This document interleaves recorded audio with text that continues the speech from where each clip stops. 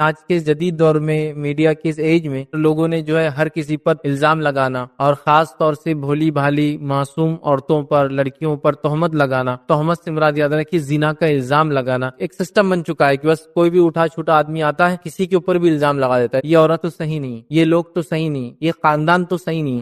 یہ بات اتنی کامن ہے، اتنی عام ہے کہ لوگ بس لوگوں کو دیکھ کر ہی الزام لگا دیتے ہیں۔ اب یہ کیسے معلوم کر سکتی ہے ان کی آنکھیں؟ کیا اس کی دلیل ان کے پاس ہوتی ہے؟ کیا ایویڈنس اور پروف ہوتا ہے؟ مطلب کسی نے کم کپڑے پہنا تھا یہ تو زانی ہوں گئی۔ یہ ایک الزام جو ہوتا ہے نا کہ یہ عورت بچلن ہے، زانیہ ہے، یہ ہے، تو اس کے اکیلے کی لائف میزریبل نہیں ہوتی، برباد نہیں ہوتی۔ ہسبینڈ ہے، کہ اس کے بچے ہیں، اس کا خاندان ہے، اس کے ننیال ہے، اس کے ددیال ہے، کتنا ہوتا ہے۔ تو کوئی بھی انسان کسی پہ زنا کا الزام لگائے تو 4 گواہ کے بغیر یہ بات ہو ہی نہیں سکتی۔ اب اللہ کیا فرماتا سنیے، جو لوگ پاک دامن عورتوں پر تہمت لگائے پھر 4 گواہ لے کر نہ آئے تو ان کو 80 کوڑے مارو، دشمنی نکالنے کے لیے، حسد کی وجہ سے۔ بہت خوبصورت لڑکیاں ہم کو نہیں دے رہے الزام، فلاں چیز ہو گیا، بہت آگے جا رہے الزام، حسد یہ ہوتا دشمنی۔ دوستوں میں جو ہے جھوٹی شیخی بگارنا اور میرا تو فلاں کے ساتھ چکر ہے میں نے یہ کر لیا، مطلب یہ خود زنا کار اپنے آپ کو بھی ثابت کرتا اور اس لڑکی کو بھی زانیہ ثابت کرتا۔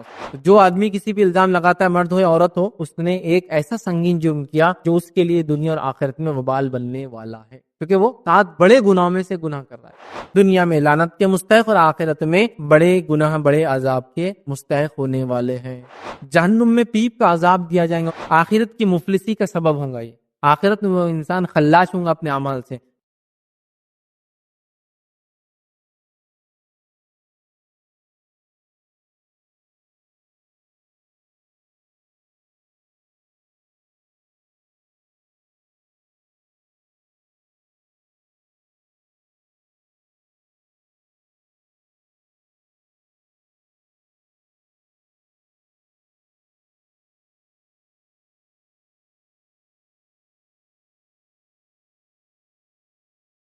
بسم اللہ الرحمن الرحیم، ان الحمد للہ نحمده ونستعینه ونستغفره ونعوذ باللہ من شرور انفسنا ومن سیئات اعمالنا، من يهدي الله فلا مضل له ومن يضلل فلا هادي له، واشهد ان لا الہ الا اللہ وحدہ لا شریک له، واشهد ان محمدا عبدہ ورسولہ، وبعد فإن خير الحديث كتاب الله وخير الهدي هدي محمد صلى الله عليه وسلم وشر الأمور محدثاتها وكل محدثة بدعة وكل بدعة ضلالة وكل ضلالة في النار، وقال عز وجل في القرآن المجيد أعوذ بالله من الشيطان الرجيم بسم الله الرحمن الرحيم يا أيها الذين آمنوا اتقوا الله حق تقاته ولا تموتن إلا وأنتم مسلمون، وقال يا أيها الناس اتقوا ربكم الذي خلق من نفس واحدة وخلق منها زوجها بث منهما رجالا كثيرا ونساء واتقوا الله الذي تسالون به والارحام ان الله كان عليكم رقيبا، وقال يا ايها الذين امنوا اتقوا الله وقولوا قولا سديدا يصلح لكم اعمالكم ويغفر لكم ذنوبكم ومن يطع الله ورسوله فقد فاز فوزا عظيما، اللهم صل على محمد وعلى ال محمد كما صليت على ابراهيم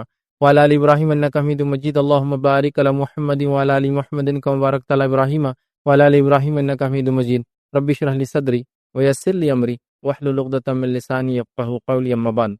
تمام تعریفیں اس اللہ عز و جل کے لائق و زیبا ہے جو تمام جہانوں کا بنانے والا اور اسے پالنے والا ہے، اور درود و سلام اس کے آخری نبی محمد صلی اللہ علیہ وسلم پر۔ الحمدللہ ہم تمام یہاں اس جو ہے درس کے لیے جمع ہوئے ہیں، اور اس درس کے اندر انشاءاللہ العزیز جس ٹاپک پر میں روشنی ڈالنے کی کوشش کروں گا، آج کا جو میرا ٹاپک ہے یہ ویسے تو ہر زمانے میں ہر دور میں اہمیت کا بہرحال حامل رہا ہے، لیکن آج کے جدید دور میں میڈیا کے اس ایج میں اس ٹاپک کا ریلیونس، اس ٹاپک کی اہمیت اور بھی بڑھ جاتی ہے، جس ایج کے اندر لوگوں نے جو ہے ہر کسی پر تہمت لگانا، الزام لگانا، اور خاص طور سے بھولی بھالی معصوم عورتوں پر لڑکیوں پر تہمت لگانا، اور یہاں تہمت سے مراد یاد رکھیے زنا کا الزام لگانا، یہ بالکل چلن، معمول، عام بات یا ایک سسٹم بن چکا ہے کہ بس کوئی بھی اٹھا چھوٹا آدمی آتا ہے اور کسی کے اوپر بھی الزام لگا دیتا ہے۔ الزام لگانے کی اس کی وجہ ABCD XYZ جو بھی ہو سکتی، مطلب الف با جیم کوئی بھی اس کی وجہ ہو سکتی، بس وہ آتا ہے اٹھے چھوٹے کہ بس الزام لگا دیتا ہے کہ یہ لڑکی تو صحیح نہیں، یہ عورت تو صحیح نہیں، یہ لوگ تو صحیح نہیں، یہ خاندان تو صحیح نہیں، اور یہ بالکل ایک دم عام ہو چکا۔ مطلب پہلے تو ایسا تھا کہ ایسا کوئی الزام لگا دے تو ہر آدمی اس مجلس میں جو بیٹھا ہے یا تو اس کی بھویں چڑھ جاتی تھی، یا تو وہ اپنے کانوں کو بند کر لیتا تھا، یا پھر سامنے والے گریبان پکڑ لیتا تھا کہ بھائی آپ نے یہ جو کہہ دیا اب اس کا آپ کے پروف، ایویڈنس اور دلیل کیا ہے۔ لیکن آج ایسا ہو چکا ہے کہ ہر آدمی دوسرے پہ الزام لگاتا ہے، اور بس وہ چسکارے لگانے والا مسئلہ رہتا ہے کہ اچھا ایسا ہے، یہ تو ہم کو معلوم ہی نہیں تھا، ارے میاں یہ تو بالکل ایسی ہے، اور بس اس نے کہا، دوسرے نے اس کو مان لیا، تیسرے نے اس کو سن لیا، اور وہ صرف وہاں تک رکتی نہیں بات، پھر وہ بات وہاں سے نشر ہونا شروع ہوتی ہے، مطلب وہاں سے وہ بات پھیلنا شروع ہوتی ہے، اور پھر وہ ایک سے دوسرے کی طرف، دوسرے تیسرے کی طرف، پھر گھر سے مطلب لوگوں سے، افراد سے نکل کے کمیونٹیز میں، خاندانوں میں، اور پتہ نہیں کہاں کہاں وہ بات یاد رکھ کے چلی جاتی ہے، اور اتنی برائیاں پھر سمجھ میں نظر آتی ہے کہ وہ بیچاری ایک لڑکی جس کو کوئی دور دور تک خبر، جس کو وہ کہتے ہیں کوئی ہوش، کوئی سمجھ میں نہیں تھی کہ اس پر کیا الزام لگایا جا رہا ہے، مطلب وہ متقی پرہیزگار ہے، معصوم ہے، بھولی بھالی ہے، ایک عام شریف النفس خاتون ہے، چاہے وہ مسلمان ہو نہ ہو، بھولی بھالی ہے، لیکن اس کا اس معاملے میں، اس الزام میں اس کا کوئی حصہ نہیں ہے، لیکن اس پر ایک بہتان، ایک الزام اور ایک بات گڑ دی جاتی ہے، اور یہ بات پورے معاشرے میں مشہور ہو جاتی ہے۔ یہ بات اتنی کامن ہے، اتنی عام ہے کہ لوگ بس لوگوں کو دیکھ کر ہی الزام لگا دیتے ہیں۔ اب یہ کیسے معلوم کر سکتی ہے ان کی آنکھیں؟ کیا اس کی دلیل ان کے پاس ہوتی ہے؟ کیا ایویڈنس اور پروف ہوتا ہے؟ مطلب کسی نے کم کپڑے پہنا تھا، ہاں یہ تو زانی ہوں گئی، کسی عورت کے یا کسی مرد کے کم کپڑے پہننے سے، ایسے ویسے کپڑے پہننے سے، کانے بالی ڈالنے سے مرد کے، یا نتن پہننے سے، یا عورت کا جو ہے کم لباس پہننے سے وہ زانیہ نہیں ہو جاتی۔ آپ سمجھ رہے؟ یہ بہت بڑا الزام ہوتا ہے، تو سیدھا ہم کیا کرتے ہیں، بس ایسا کچھ بھی دیکھا تو زنا کا الزام لگا دیا، مطلب کوئی بھی چیز پر، ایون کہ یہ تک دیکھا گیا کہ جس ماحول میں ساری مسلم خواتین برقع پہنتی ہے، اور اگر اس ماحول کے اندر ایک عورت نے برقع چھوڑ کر برقع اتار دیا سنبھل لیے، تو اس پہ بھی الزام لگاتے زانیہ ہے بول کر ہی۔ مطلب کوئی تو تک ہو بات کرنے کا، کوئی تو مطلب جس کو کہتے سمجھداری کا تقاضا ہو، کیا ہر عمل پر، ہر انسان پر آپ زنا کی تہمت لگا سکتے ہیں؟ اور یہ کامن ہو چکا ہے۔ اچھا، ایک زمانہ تھا یہ چیز خاص تھی خواتین کی حد تک، مطلب عورتوں پر لوگ ایسے الزام لگاتے تھے، یہ بہت کامن تھا۔ اب یہ ہوگا کہ بس ہر کس نہ کس، مرد کیا عورت کیا، ہر آدمی پہ الزام لگا ہوا ہے، مطلب یہ نوجوان ہے، اچھا تھوڑا سا ایسے ویسے کپڑے پہنتا ہے، ہاں یہ تو زنا کرتے ہوں گے، زانی ہے، دکھ رہی ہے زانی ہے، اس پہ الزام لگا دیا۔ کوئی عورت دکھی ذرہ برابر بھی معاشرے سماج سے ہٹ کر، جیسا میں نے مثال دی، سب برقع پہنتے، ایک عورت لڑکی برقع نہیں پہنتی، ارے یہ تو زانیہ دکھ رہی، مطلب اس پہ لگا دیا الزام، ارے اس کا تو معاملہ کچھ گڑبڑ دکھ رہا، لگا دیا الزام، ٹھیک۔ اس کے بعد جو ہے اگر کوئی جو آپ سے پروف پوچھے تو پھر اس کی پروف میں کیا دیا تھا معلوم آپ کو؟ مطلب دلیل کے طور پر، میاں دھواں اٹھ رہا ہے تو آنکھ تو ہوں گی، مطلب اگر کسی نے ایسی بات کیا تو وجہ تو ہوں گی۔ اب یہ تو کوئی بیسس ہی نہیں ہے کہ اگر کوئی کسی کے بارے میں کوئی بات کہہ دے تو اس کی کوئی وجہ ہوں گی، اور کوئی وجہ اس کا مطلب آدمی ویسا ہوگا۔ مطلب جو پروف دیا جا رہا ہے وہ پروف بھی ایسا دیا جا رہا ہے، یاد رکھیے کہ کسی کو امتحان نہیں، بس ہم کو لگا، ہم نے سنا، ہم کو محسوس ہوا، دھواں ہے تو آنکھ کہیں نہ کہیں لگی ہوں گی، بات ایسی ہے تو کوئی نہ کوئی کچھ نہ کچھ تو وجہ ہوں گی، مطلب کوئی اس کے لیے وہ نہیں۔ اور یہ جس طرح سے رفتار سے میڈیا بڑھتا جا رہا ہے، میڈیا کے آلات بڑھتے جا رہے ہیں، اس کے ٹولز بڑھتے جا رہے ہیں، اسی رفتار سے اور اسی تیزی سے یہ برائی بھی، مطلب یہ تہمت لگانے کا سلسلہ بہت چل پڑا ہے۔ دیکھیے کچھ گناہ تو گناہ ہے ہی اپنے آپ میں، لیکن وہ ایسے گناہ ہوتے ہیں جس سے معصوم لوگوں کو بھی تکلیف ہوتی ہے۔ کچھ گناہ تو گناہ ہوتے ہیں جو ذاتی طور سے ایک شخصیت کو برباد کر دیتے ہیں، لیکن ایسے بھی کچھ گناہ ہوتے ہیں جو سامنے والے کو برباد کر دیتے ہیں، سماج کو برباد، جیسا سود لے لیجئے، وہ خود انسان کو برباد کرتا ہے لینے والے، اور سماج کو برباد کرتا ہے۔ یہ الزام لے لیجئے، یہ الزام کی وجہ سے بولنے والا تو گناہگار جہنمی ہوگا اس وجہ سے، لیکن اس کے ساتھ ساتھ وہ معصوم عورت، وہ معصوم لڑکی، اس کا خاندان، اس کے گھر والے، اس کے رشتہ دار، وہ سب بدنام ہو جاتے ہیں۔ مطلب یہ ایسا گناہ ہے جو تہمت لگانے کا، زنا کا الزام لگانے کا، جس میں ایک فرد شامل نہیں ہوتا، اس کے اندر کئی گھرانے اور کئی خاندان متاثر ہوتے ہیں، اور کچھ لوگوں کے لیے یہ الزام اتنا سنگین ہوتا ہے، اتنا خطرناک ہوتا ہے، اتنا بڑا ہوتا ہے، اتنا زیادہ ہوتا ہے کہ وہ اس کو جھیل نہیں پاتے۔ لیکن اگر وہ اس کو جھیل نہیں پاتے تو میری ان لوگوں سے اپیل ہے کہ ایسے الزام لوگوں پہ لگتے رہیں، اچھے لوگوں پر، لیکن اس وجہ سے کوئی بھی انسان، مرد ہو یا عورت ہو، کوئی غلط قدم نہیں اٹھانا چاہیے۔ مطلب سامنے والا آپ پر الزام لگا ہے اور آپ غلط قدم اٹھا رہے ہیں، یہ کبھی بھی صحیح نہیں ہے، یاد رکھیں۔ اور ایسے الزام بڑے بڑے لوگوں پہ لگے، بڑے بڑے لوگوں پہ لگے۔ میں اگر مثال دوں تو ایک نبی پر یہ الزام لگا کہ زنا کا الزام لگا، اور وہ کون تھے؟ زنا نہیں بلکہ زنا بالجبر کا الزام لگا، ریپ کا الزام لگایا گا، اور یہ تو یوسف علیہ السلام، کچھ نہیں کیا آپ نے، معصوم ہے آپ۔ ایک عورت کی نظر ان پہ خراب ہوئی، اس نے ان کی پاک دامنی خراب کرنے کی کوشش کی، وہ ان کے پیچھے پڑی رہی، وہ اس سے بچ کر بھاگے، اور وہ الزام سے بچے بھی۔ ان کے خود اس کے گھر سے ایک آدمی نے گواہی دی کہ اگر شرٹ پیچھے سے پھٹا یوسف کا تو عورت ذمہ دار ہے، اور اگر آگے سے ہے تو یوسف ذمہ دار ہے۔ ظاہر سی بات ہے، ایک دم نیچرل ہے، کوئی آدمی کسی پہ اٹیک کرے گا تو سامنے والا ڈیفینس میں اس کے کپڑوں کو کرے گا۔ یہاں یوسف علیہ السلام کا پیچھے سے کرتا پھٹا، اس لیے کہ اس نے پکڑ کے کھینچا پیچھے سے، وہ بھاگ رہے، اس کا مطلب دور۔ گواہی دے دی گئی، لیکن چونکہ عزیز مصر بدنام ہو گئی، آس پاس کی عورتوں نے بولنا شروع کر دیا، اس نے تو اپنے غلام پہ نظر ڈالی، اس نے کیا کیا سب لوگوں میں بلایا، پورا واقعہ آپ سب جانتے ہیں۔ اور یوسف علیہ السلام نے دعا کی کہ اللہ یہ جیل جانا بہتر ہے مجھے، یہ جو جس چیز کی دعوت دے رہے ہیں۔ تو ایک شخص، ایک نبی اس الزام کے اندر معصوم ہونے کے باوجود بھی انہوں نے سزا بھگتی. سمجھ رہے ہو؟ تو یہ الزام لگتے رہے لوگوں پر، لیکن یہ الزام لگنے سے کوئی بھی مرد اور کوئی بھی عورت، یہ مرد کا ایگزامپل ہوگا یوسف علیہ السلام، عورت کا ایگزامپل لے تو مائی عائشہ رضی اللہ عنہا، ان پر بھی الزام لگا، یہ بہتان لگایا گیا. سارا آپ لوگ جانتے ہیں واقعہ عفق کا. پڑھ لیجئے سورہ نور کی آیت 11 سے 20، آپ اس کو پڑھے تفسیر یہ اس کے شان نزول پڑھ لیجئے، اس کی تفصیلات پڑھ لیجئے، آپ کو سب مل جائے. یہاں خاتون کا مسئلہ ہے، کتنے پریشان ہو گئے. نبی اکرم صلی اللہ علیہ وسلم کی بیوی ہے تو لوگوں نے، آپ دیکھ رہے کسی کو نہیں چھوڑا، نبی کو نہیں چھوڑا، نبی کی بیوی کو نہیں چھوڑا، امہات المومنین کے اندر کسی کو، مطلب جس کو موقع ملا ہر دور میں منافقین نے، کافروں نے الزام لگایا. ہاں، اب اندازہ لگائیے ابوبکر کے خاندان پہ کیا گزری ہوں گی، خود مائی عائشہ پر کیا گزری ہوں گی، خود نبی اکرم صلی اللہ علیہ وسلم کیا حل ہوا ہوگا. یہ ایک الزام جو ہوتا ہے نا پاک دامنی کے خلاف، جو آپ لگا دیتے کسی کے کہ یہ عورت بچلن ہے، زانیہ ہے، یہ ہے، تو اس کے اکیلی کی لائف میزریبل نہیں ہوتی، برباد نہیں ہوتی. اس کی لائف، اس کے ریلیٹڈ رشتہ، ہسبینڈ ہے، وائف ہے، تو اس کے بچے ہیں، اس کا خاندان ہے، اس کے ننیال ہے، اس کے ددیال ہے، کتنا ہوتا ہے. میں تو لوگوں کو دیکھا اپنی عزت کے لیے یہاں تک وہ پریشان ہوتے ہیں کہ اگر کسی ایک لڑکی نے یا لڑکے نے کسی علاقے میں جا کے افیئر کر لیا اور اگر وہ بات معلوم ہو گئی، تو میں نے دیکھا اگر وہ کسی دور دراز علاقے سے آئے ہیں، کسی دوسرے علاقے میں کمانے کے لیے آئے ہیں، تو میں نے دیکھا وہ پورا کا پورا محلہ اور بستی خالی کر کے چلے جاتے ہیں، شرم کے مارے کہ ہمارے خاندان کے بچے اور بچی نے کیا کر لیا. پورا ہم چھوٹے تھے، مجھے اچھے سے یاد ہے، ایک دن ہم اٹھے تو کچھ ایک نارتھ انڈیا کے کچھ لوگ جاب سلسلے میں یہاں کام کے آئے تھے، تجارت، اور کافی بڑا خاندان، 15-20 فیملیز رہتی تھی. اچانک ایک دن صبح اٹھے، چھوٹے سے دیکھ رہے سب پورے لوگ جا رہے، ارے کہاں چلے گئے؟ کچھ لوگ اٹھا رہے سامان، کچھ لوگ اٹھا رہے. تو کہا ایک لڑکی کے اوپر ان کے کسی نے جو ہے زنا کا نہیں لیکن ایک یہ عشق مزاجی کا افیئر کا الزام لگا دیا. تو ان کو وہ برداشت نہیں ہوا، پورا محلہ خالی کر کے بیچارے کسی دوسری جگہ منتقل ہو گئے. تو صرف ایک خاندان کو فرق نہیں پڑا، پوری ایک کمیونٹی کے 15 خاندان وہ چھوڑ کے چلے گئے علاقہ. کیوں؟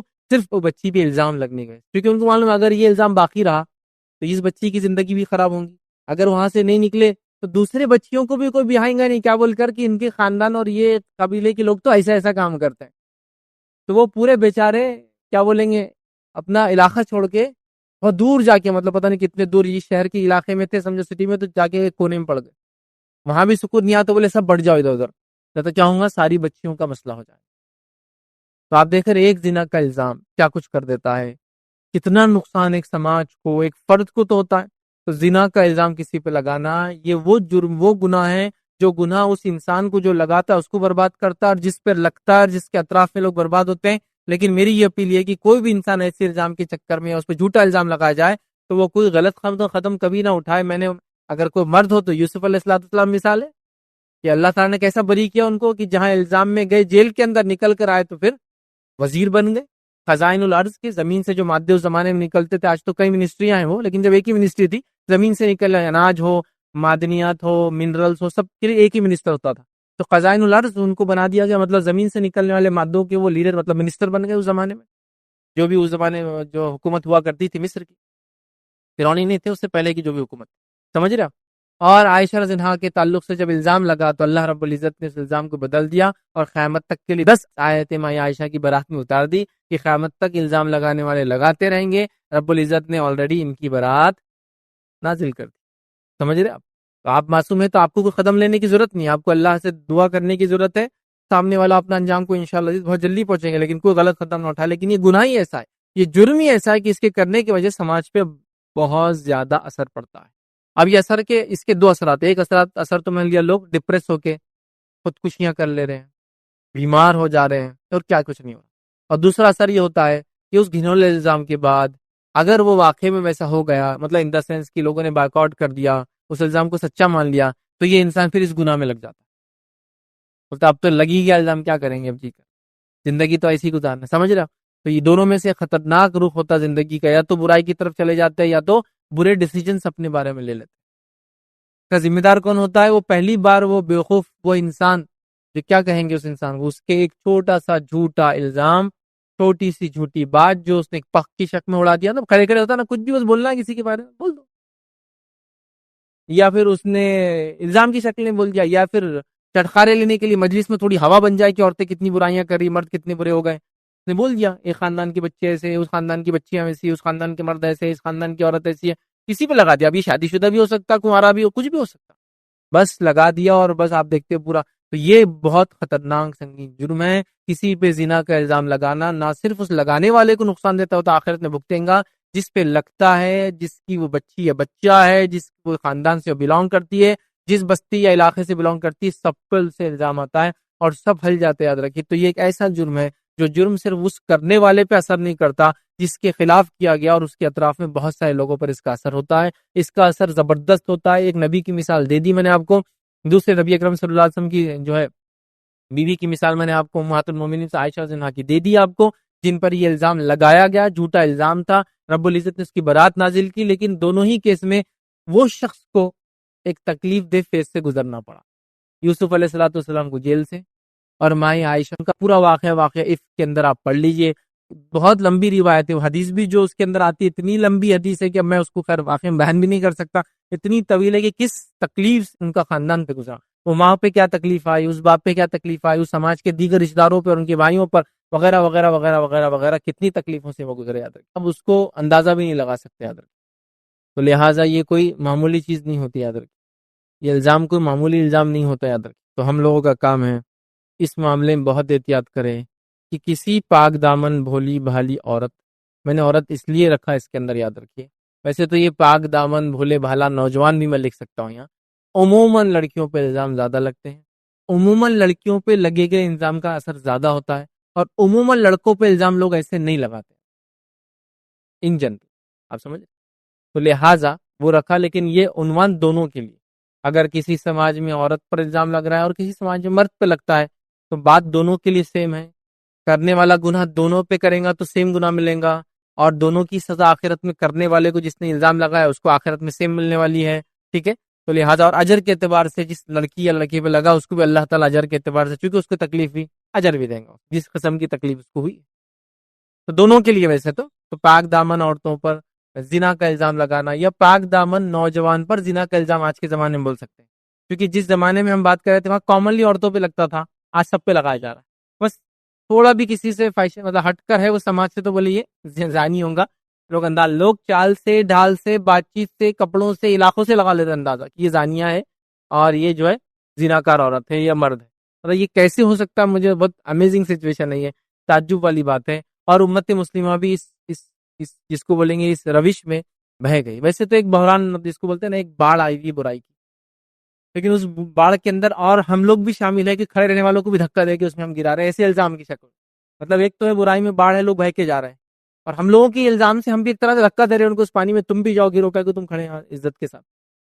یا تو میں نے کہا نا, ایک تو ڈپریس ہو کے کوئی قدم اٹھا لے گا, یا تو پھر برائی کی طرف چل جائیں گے. بہت کم ہی لوگ جو سینسیبل ڈیسیجن لے کے ٹک سکے, سمجھ رہے, تو اس بات کو سمجھنے کی ضرورت ہے. لیکن جس پہ بھی الزام لگے وہ صبر کرے اور تحمل رکھے اور اپنی زندگی گزارتے جائیں. رب العزت اس معاملے میں بہت جلدی نتیجہ لا کر آپ کو اس کا بتا دیں گا کہ الزام لگانے والوں کا کیا حال اور کیا نتیجہ ہوا. اس بات کو ہم ذہن میں رکھیں. چلیے آئیے آگے بڑھتے ہیں. یاد رکھیے اس بات کو سمجھنے کی بات کی یہ خطرناک چیز ہے, یہ سنگین جرم ہے, ایسا کرنا بہت غلط ہے. ہم چند باتیں میں آپ کے سامنے انشاءاللہ آج رکھنے کی جو کوشش کروں گا. تو آج کا جو میرا عنوان ہوگا وہ 4 پوائنٹس پہ ہوں گا, 4 مین پوائنٹس ہوں گے, اور اس کے اندر کئی سب پوائنٹس ہم لوگ کور کریں گے. پہلے 4 پوائنٹس کیا ہوں گے ہمارے, تہمت کا شرعی حکم ہم دیکھیں گے, کوئی تہمت لگائے تو اس کا شرعی حکم کیا ہے. ٹھیک, دوسرا ہم دیکھیں گے تہمت کیوں لگائی جاتی ہے, اس کے ریزنز کچھ دیکھیں گے. میں آپ کے سامنے جو میرے اپنے تجزیے سے یا جو ماحول میں چلتا ہے اس کے اعتبار سے ہر علاقے کے اپنے ریزنز ہو سکتے ہیں. تیسری چیز ہم دیکھیں گے جھوٹی تہمت لگانے اور عزتوں کو اچھالنے والوں کو آخرت میں اور دنیا میں کیا انجام ہوگا وہ دیکھیں گے. ٹھیک, اور چوتھی چیز دیکھیں گے واقعہ افق, جو یہ واقعہ افق جس کو کہتے ہیں, واقعہ افق کے اندر جو مائی عائشہ رضی اللہ عنہا کے ساتھ ہوا, سورہ نور کی آیت 11 سے 20 آپ اس کو پڑھے تفسیر, تو اس سے کیا سبق ہم کو ملتا ہے وہ بھی دیکھیں گے, تاکہ قیامت تک کے لیے یہ چیز قرآن کے ذریعے باقی ہے تو اس میں کیا ملا, مطلب اس واقعے کے بعد اللہ رب العزت نے جوابی کاروائی کیسے کی اور کیا بتایا وہ دیکھیں گے, تاکہ اگر کسی پہ اللہ نہ کرے ایسا الزام لگاؤ تو اس کے لیے یہ چیزیں باقی رہتی ہے, اس کو اس واقعے سے کیا کیا نصیحتیں ملتی ہے. سامنے والے کو تو کیا ہوگا وہ تو پہلے رکھ دیں گے, لیکن اس سے جس پہ لگا اس نے کیا کرنا چاہیے, اس کو کیا اس کے بھی بینیفٹس ہے وہ بھی ہم دیکھیں گے. اس لیے کہ کوئی بھی چیز دنیا میں ایسی نہیں ہے جو خیر سے خالی ہو, حالانکہ کبھی کبھار ظاہر بہت شر نظر آتا ہے. جیسا مثال کے طور پر میں ریلوے اسٹیشن گیا, میں نے ٹرین پکڑنے کی کوشش کی اور میری ٹرین چھوٹ گئی, تو مجھے لگتا ہے یہ واقعہ بہت ہی سنگین اور بھاری ہے, میری جاب چلے جائیں گی، اب کیا کیا کیا کیا کیا جو بھی ایکس وائی زیڈ ہوگا وہ مجھے لگتا ہے. لیکن اس کے بعد کوئی خبر آ جائے کہ ٹرین جو ہے پٹری سے ہٹ گئی تھی، ٹرین جو ہے ایکسیڈنٹ اس کا ہو گیا تھا، تو آپ اللہ کا شکر ادا کرنا شروع کر دیتے. مطلب ایک ہی واقعہ ہے، پہلے آپ پریشان تھے کہ ٹرین چھوٹ گئی تو بہت برا ہوا، اور وہیں پھر آپ شکر بھی کرتے اللہ اچھا ہی ہوا چھوٹ گئی. سمجھ رہا؟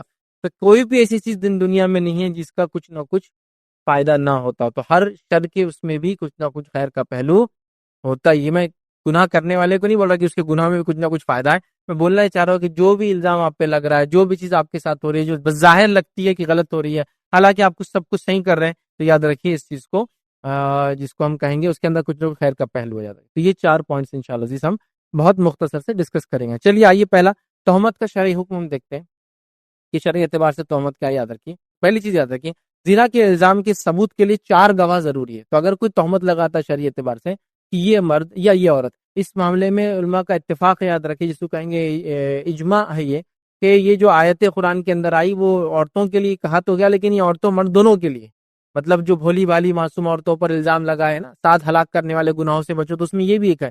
تو یہاں عورت کا تذکرہ ہے لیکن یہاں مرد بھی مراد ہے. اگر کوئی اس پہ بھی لگائیں گا تو یہ اس گناہ میں شامل ہوں گا، اور اس کے لیے بھی اگر کوئی مرد پہ الزام لگا گواہ نہ لائے تو اس کو سزا دی جائیں گی. واقعی سب ہے، تو یہ دونوں کے لیے، لیکن بات خواتین کے تعلق سے خاص کہی گئی، لیکن حکم جو ہے وہ دونوں کے لیے. تو پہلی چیز یاد رکھیں، زنا کے الزام کے ثبوت کے لیے 4 گواہ لانا ضروری ہے. تو کوئی بھی انسان شخص کسی پہ زنا کا الزام لگائے تو 4 گواہ کے بغیر یہ بات ہو ہی نہیں سکتی ہے. بس اب اتنا میں سمجھتا ہوں بیان کرنے کے بعد آگے اب ہمارا منہ ہی نہیں کھلنا چاہیے. 4 گواہ لگتے ہیں اس کے لیے منیمم، 4 وٹنس چاہیے. اب گواہ آنے کے بعد وہ کیس کیسے ہوں گا وغیرہ وغیرہ بھی ہم اس ڈیٹیل میں نہیں جائیں گے، چونکہ ہمارا ٹاپک صرف تہمت تک ریلیٹڈ ہے آج. پھر ہم کبھی دیکھیں گے زنا اس کے سزائیں الگ الگ کیسی ہوتی، شادی شدہ غیر شادی شدہ کنوارے کے لیے کیا سزا ہوں گی وغیرہ وغیرہ، وہ بعد میں. لیکن ابھی ہمارا صرف الزام کے حد تک، تو اب اس کی ڈیٹیل میں نہیں جائیں گے آگے. تو 4 گواہ لانا ہے، اس کے بعد ہی ساری چیزیں ہو سکتی. تب جو بھی شخص یہ کہے کہ یہ زانیہ ہے، یہ زانی ہے، تو آپ کو کیا کرنا ہے؟ 4 وٹنس کھڑے کرنا ہے اس کے لیے. اگر آپ یہ نہیں کر سکتے تو منہ بند رکھیے، بس معاملہ ختم ہو گیا. تو آگے کچھ ہے ہی نہیں اس میں. شریعت نے انسانوں کی دفاع، ان کی پرائیویسی کے لیے، ان کی عزت کی حفاظت کے لیے بہت کچھ کیا، اور شریعت بہت حکیم ہے، یاد رکھیے. مطلب وہ یہ سمجھتی ہے اور کچھ چیزوں کو جانتی ہے، اور کچھ جگہ ایسا بھی شریعت نے کیا کہ کچھ چیزوں کو ڈھانک دیا. اس لیے ڈھانک دیا کہ نہ کھلے تو اچھی بات ہے، اس لیے کہ ظاہر سی بات ہے اگر ایک گناہ کیا اور اس کو اگر آپ اور پروپوگیٹ کریں گے اور اچھالیں گے، ہو سکتا ہے اس گناہ میں لگ جائے اور اس گناہ میں کا عادی بن جائے. ٹھیک ہے، تو پہلی چیز ہم کو اور آپ کو 4 گواہ لانا ہے. اگر 4 گواہ نہیں ہے تو منہ نہیں کھولنا ہے، بس اتنا ہم کو رول یاد رکھنا. اگر 4 گواہ آپ نے نہیں لائے اور منہ کھولا تو عورت کی عزت کیا ہے جو قرآن کے نزدیک، عورت کی عزت کتنی ہے شریعت کے نزدیک؟ وہ اتنی ہے کہ صرف الزام لگا اور پروف نہ کر پائے 4 گواہ کے ساتھ تو اس کو 80 کوڑے سزا ہے. یاد رکھ، کسی عورت کی عزت پہ ہاتھ ڈالنا تو بہت دور کی بات ہے، اس کی سزائیں کیا ہے وہ ابھی ہمارا ٹاپک نہیں ہے. لیکن اگر کسی عورت کی عزت پہ ہاتھ ڈالنے کی پہلی کوشش یہ کرے کہ اس پر الزام لگائے کہ وہ ایسی ویسی ویسی ویسی ہے، تو پہلی اس کو یہ ہے کہ اگر ثابت نہ کر پائے 4 وٹنس کے ساتھ تو پھر اس کے لیے کیا ہے؟ اس کو سزا ہے جو الزام لگا رہا ہے. آپ اسے سمجھ لیجیے. اور کیسی سزا ہے؟ صرف 80 کوڑے سزا نہیں، اس کے بعد ایک اور اضافی سزا ہے.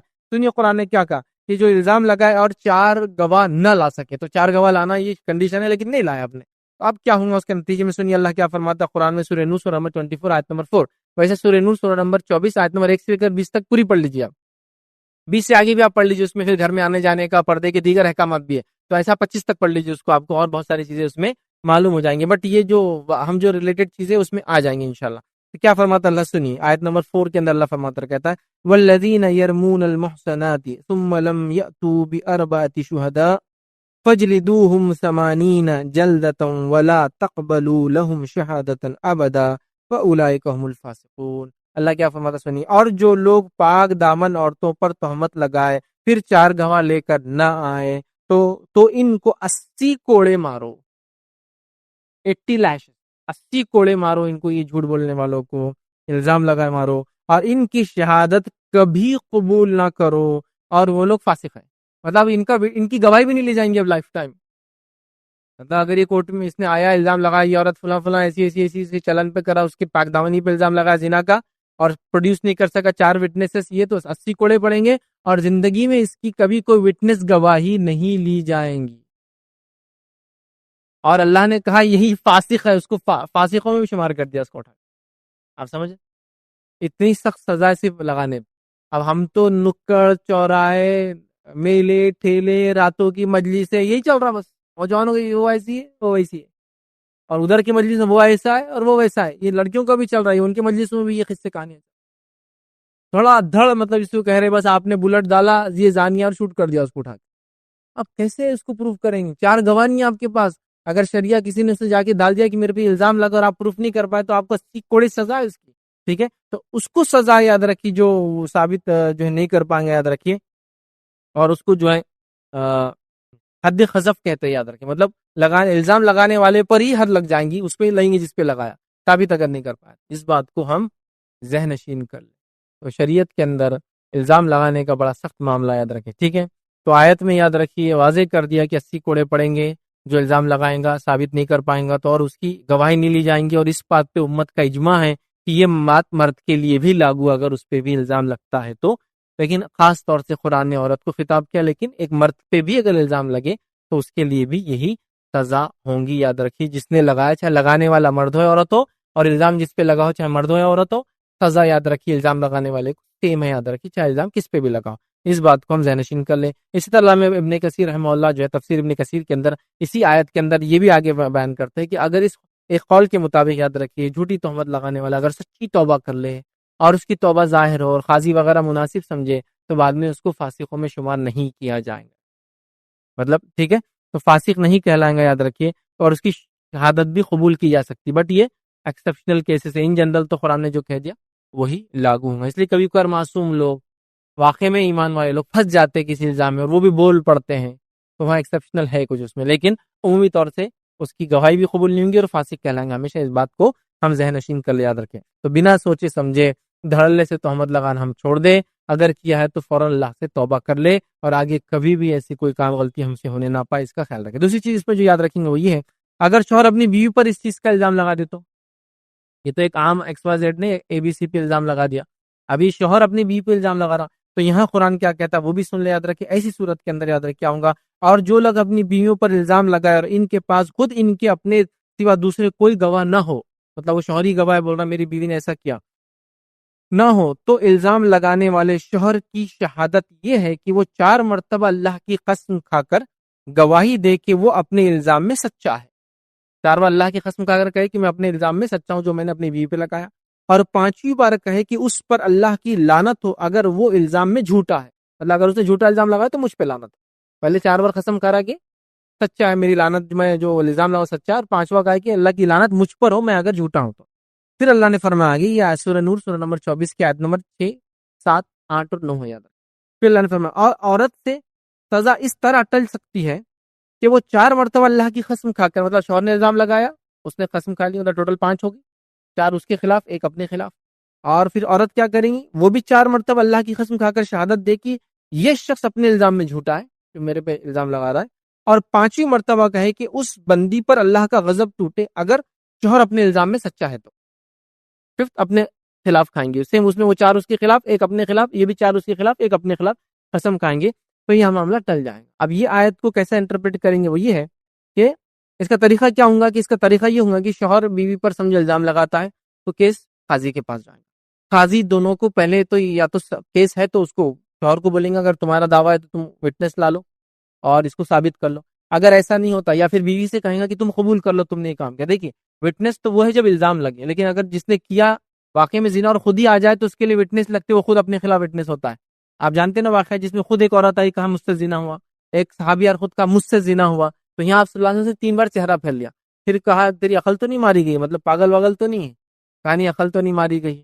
ٹھیک ہے، اس کے بعد اس کی بات سنتے، مطلب اگر سیلف خود آ جائے کہا میں نے کیا تو پھر تو اس کی ایک ہی کا خود کی چل جائے. تو شوہر کو پہلے تو تقویٰ پرہیزگاری کی نصیحت کریں گا، بولیں گا ایسا الزام مت لگاؤ.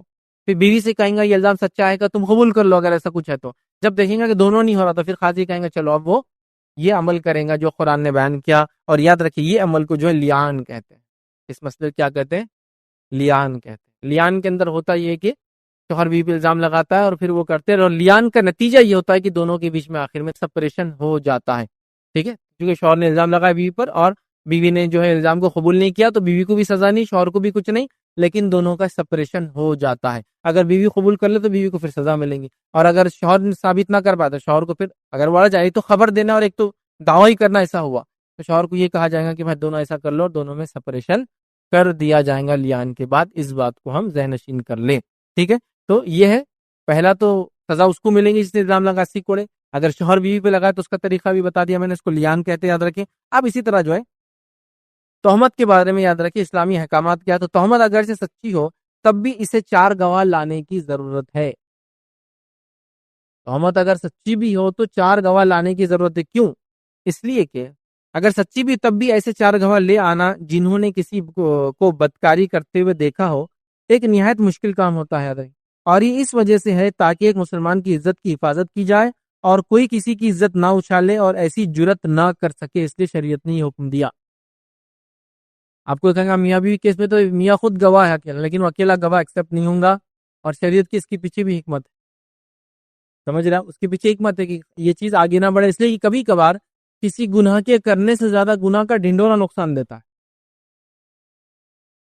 دیکھیے میں ایک مثال دیتا ہوں. سمجھ لیجیے ایک نیوز پیپر آ گئی، نیوز پیپر میں خبر آ گئی. کیا خبر آ گئی کہ 4 لوگوں نے مل کے جو بم بنانے کی تیاری کی. بم بنانے کے لیے انہوں نے پہلے یہ جمع کیا اور اس کو اتنا ملایا، فلاں جمع کیا اتنا ملایا، اس کو جمع کر کے کیا، پھر اس کو یہ کیا، اس سے کیا ہو جاتا ہے، فلاں کیا. پورا بم بنانے کا طریقہ آپ نے پیپر میں چھاپ دیا. پورا چھاپ دیا. اب کیا ہوں گا، سب پٹاخے پھوڑنے لگ جائیں گے ہر طرف. سب کو ٹیکنیک معلوم ہوگی بم کیسے بنایا جاتا ہے. تو کیا کریں گے آپ، یہاں 4 لوگوں نے یہ جمع کر کے بم بنانے کی کوشش کی. کیسا بنتا ہے، کیا ہوتا ہے، کتنا، کچھ بھی نہیں اس میں. تو یہ حکمت زیادہ فائدے مند ہے بنسبت یہ پورا بتانے کی کیا ہوا. آپ سمجھ رہے، اس لیے کہ اس کا نقصان زیادہ ہو جائیں گا اور بنسبت اس خود گناہ کے اس کا نقصان زیادہ ہوگا.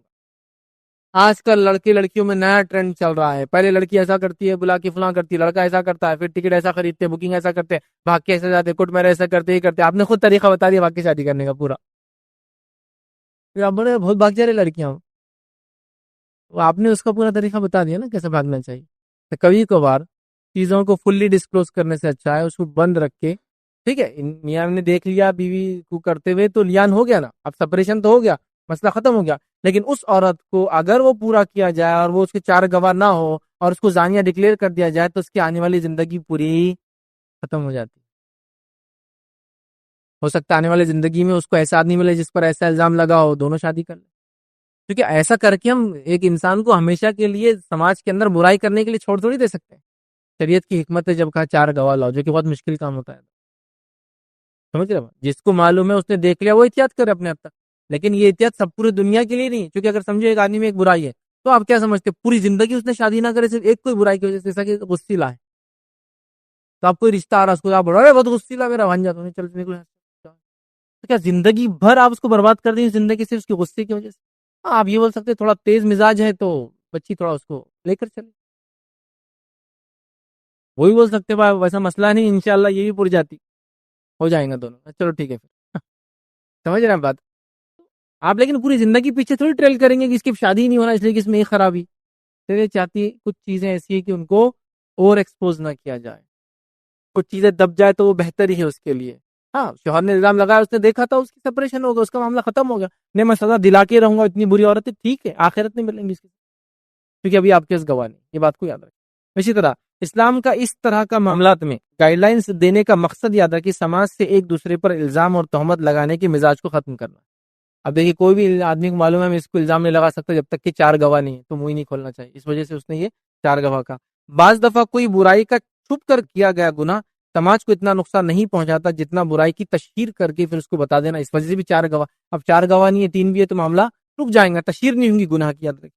اسی طرح ایک دوسرے کو شک اور شبے سے دیکھنے اور ٹٹولنے کا مزاج ختم ہو جائیں گا، کیونکہ کروں گا بھی تو 4 گواہ تو ہے ہی نہیں، تو کیا کرنے کا اپنے کو اتنا ٹٹول کے اور فلا فلا کر کے. تو یہ سب یاد رکھیں شریعت کی اس کے پیچھے یاد رکھی حکمت ہے.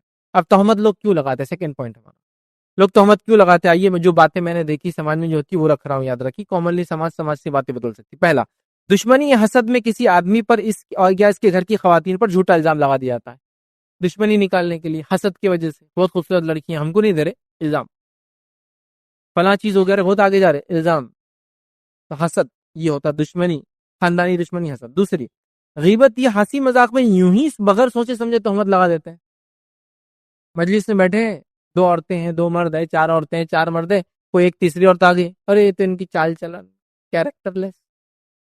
تو آسانی سے کیریکٹر لیس ہے تو بول کے نکل جاتے ہیں. پاک دامنی پہ اس کی عزت پہ الزام، ارے یہ تو کیریکٹر لیس آدمی، ارے اس تو منہ کالا کرتی، منہ کالا کرتا، ایک دم آرام سے ہنسی مذاق میں غیبت کی شکل میں کر دیا. لیکن یاد رکھیں ہر جھوٹ کی اپنی ایک زندگی ہوتی ہے، وہ ختم نہیں ہوتا.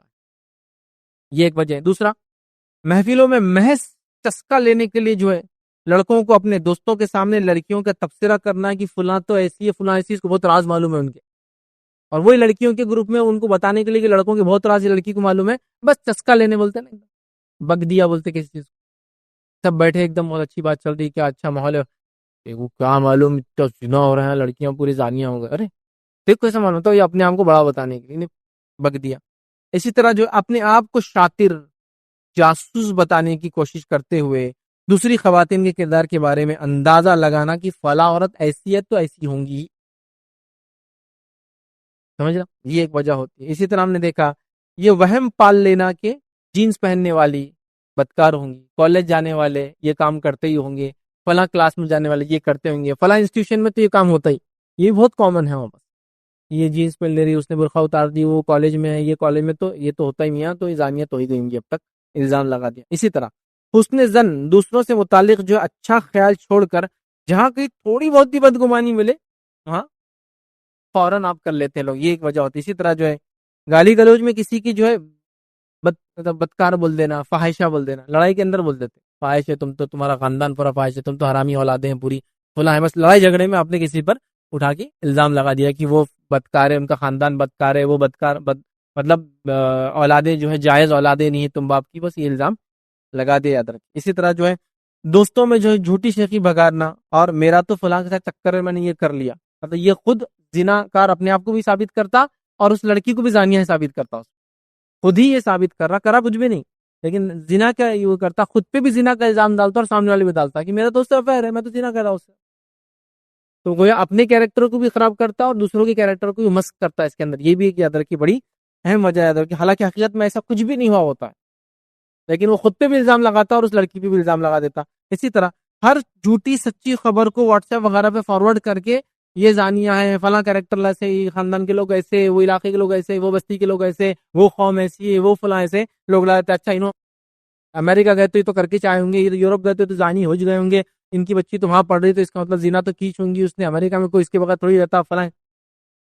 حالے سے آپ ایک کے بعد ایک الزام لگاتے چلے جا رہے، یاد رکھیے. اسی طرح بعض عورتوں کا شہرت کے لیے مشہور مردوں پر بھی الزام لگا دینا، جیسا مرد بھی کر رہا ہے کہ میرا تو اس سے افیئر ہے، میں نے زنا کیا، تو بعض عورتوں کا بھی مشہور لوگوں کے خلاف الزام لگا دینا. یہی بہت کامن دیکھا. یوسف علیہ السلام اس کی ایک جیتی جاگتی مثال ہے جو قرآن نے دی، یاد رکھیں. ٹھیک ہے، تو مشہور مردوں کے اوپر جو ہے زنا کا جو الزام لگا دینا یا ان کو بدنام کرنا، یہ بھی کامنلی دیکھا جاتا ہے، یاد رکھیں. ٹھیک ہے، تو یہ وجہ تھی. تھرڈ پوائنٹ آج ہم دیکھیں گے، یاد رکھیں جھوٹی تہمت لگانے والوں کو دنیا اور آخرت میں کیا ہوگا، اس کا انجام یاد رکھیں، وہ دیکھیں گے. ٹھیک ہے، تو تھرڈ پوائنٹ ہمارا ہے، اس میں جو باتیں ہم دیکھیں گے انشاءاللہ وہ ہے، پہلا یاد رکھیں یہ ہلاک کر دینے والا گناہ ہے، اور اس کے تعلق سے بخاری کی روایت ہے، نبی اکرم صلی اللہ علیہ وسلم فرمایا 7 ہلاک کر دینے والے گناہوں سے بچو، کہ وہ ہلاک کر دینے والے گناہوں میں سے گناہ پاک دامن بھولی بھالی ایمان والی عورتوں پر تہمت لگانا. تو جو آدمی کسی بھی الزام لگاتا ہے، مرد ہو یا عورت ہو، لگانے جس پہ الزام لگا وہ مرد ہو یا عورت ہو، اس نے ایک ایسا سنگین جرم کیا جو اس کے لیے دنیا اور آخرت میں وبال بننے والا ہے، کیونکہ وہ 7 بڑے گناہوں میں سے گناہ کر رہا ہے. دوسرا کیا ہوگا، یاد رکھیں دنیا اور آخرت میں اس پہ لعنت ہوتی ہے. اللہ رب العزت نے قرآن میں کیا فرمایا، دیکھیے سورہ نور سورہ نمبر 24 آیت 23 میں فرمایا جو لوگ پاک دامن بے خبر مومنہ عورتوں پر تہمت لگاتے ہیں ان پر دنیا اور آخرت میں لعنت کی گئی ہے اور ان کے لیے بڑا عذاب ہے. دنیا میں لعنت، آخرت میں لعنت، اور آخرت کے لیے بڑا عذاب ان کے لیے ریڈی ہے. کون لوگوں کے لیے ریڈی ہے؟ یہ جو پاک دامن بھولی بھالی عورتوں پر مومنہ الزام لگاتے ہیں، دنیا میں لعنت کے مستحق اور آخرت میں بڑے گناہ بڑے عذاب کے مستحق ہونے والے ہیں. ٹھیک ہے، تیسرا کیا ہوگا، جہنم میں پیپ کا عذاب دیا جائے گا ان لوگوں کے لیے دنیا میں، یہ مرد عورت دونوں کے لیے الزام پہ، لیکن آیت میں اللہ نے عورتوں کے لیے کہا چونکہ کامنلی ان پہ لگ رہا تھا، لیکن مرد بھی اس پہ شامل ہے. یہ علماء کے رائے میں بالکل موجود ہے کہ تاروں نے یہ کہا کہ اس میں اگر کوئی بھولے بھالے مرد پہ بھی لگائے تو سیم گناہ، سیم سزا اور سیم چیز اس کے ساتھ بھی ہوگی۔ چلیے، جہنم میں پیپ کا عذاب ہے ایسے انسان۔ روایت دیکھیے ابو داؤد کی ہے، اور عبداللہ بن عمر رضی اللہ عنہ فرماتے ہیں، روایت کرتے ہیں کہ نبی اکرم صلی اللہ علیہ وسلم نے فرمایا، جس نے مومن پر ایسے جرم کا الزام لگایا جو اس نے نہیں کیا تھا، تو اس نے وہ الزام لگایا اس نے کیا ہی نہیں تھا، تو اس الزام لگانے والے کو جو ہے جہنمیوں کے پیپ کا گڑھے میں روک لیا جائے گا، حتیٰ کہ وہ اپنے گناہوں کی سزا بھگت لے۔ مطلب جہنمیوں کا جو خون اور پیپ جس گڑھے میں جمع ہوگا، اس انسان کو اس کے اندر روک دیا جائے گا، وہ اس کے اندر رہیں گا حتیٰ کہ وہ اس گناہ سے پھر وہ دھل جائے اور وہ گناہ سے صاف ہو کرنے کی۔ تو جہنمیوں کے پیپ کے اندر وہ انسان اپنا وقت گزارے گا آخرت میں جو، اور یہ سب عذاب یاد رکھیے آنکھ کے اندر ہے۔ جہنم کے جتنے عذاب ہے وہ سب آگ میں، آگ میں خون کی ندی، آگ میں فلاں، آگ میں آگ کا ہتھوڑا، آگ کے اندر پھر سے سب گرمی کے اندر کے عذاب ہے، تو یہ پیپ کے اندر رہیں گا ان کے، یہ جب تک کہ اس کو سزا نہ مل جائے جو الزام اس نے دنیا میں لگایا تھا۔ چوتھی بات جو ہم کو ملتی ہے، آخرت کی مفلسی کا سبب ہوگا یہ، آخرت میں وہ انسان خلاش ہوں گا اپنے اعمال سے۔ وہ بڑی مشہور حدیث ہے، مسلم کی روایتیں سن لیجئے۔ ابو ہریرہ رضی اللہ عنہ فرماتے ہیں، نبی اکرم صلی اللہ علیہ وسلم فرمایا، صحابہ رضی اللہ عنہم سے پوچھا، جانتے ہو مفلس کون ہے، غریب کون ہے؟ صحابہ نے عرض کیا، ہم میں مفلس وہ ہے جس کے پاس روپیہ پیسہ نہ ہو، اسباب نہ ہو۔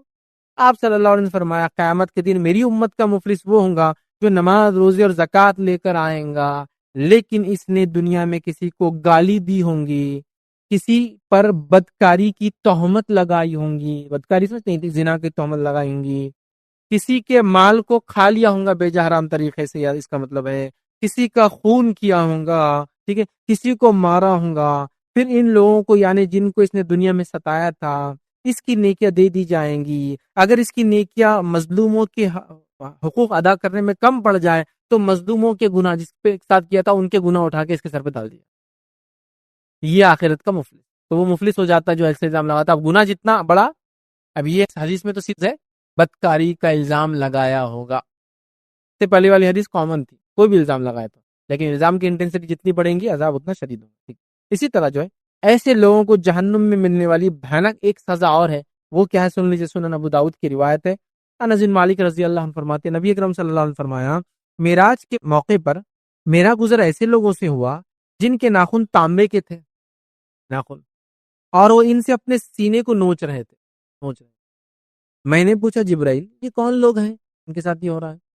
تو کہا، یہ وہ ہیں جو لوگوں کا گوشت کھایا کرتے تھے، یعنی ان کی غیبتیں کرتے تھے اور ان کی عزتیں پامال کرتے تھے، ان کا گوشت کھاتے تھے اور عزتیں پامال کرتے۔ گوشت کھانے سے مراد غیبت کرنا، اور عزتیں پامال کرنے سے مراد عزت پہ الزام لگانا۔ وہ کچھ بھی ہو سکتا ہے، جیسا کہ زنا کا الزام بھی عزت پہ آتا ہے نا انسان کی، سمجھ رہے بات کو؟ اس بات کو سمجھنے کی ہم کوشش کریں، یاد رکھیں۔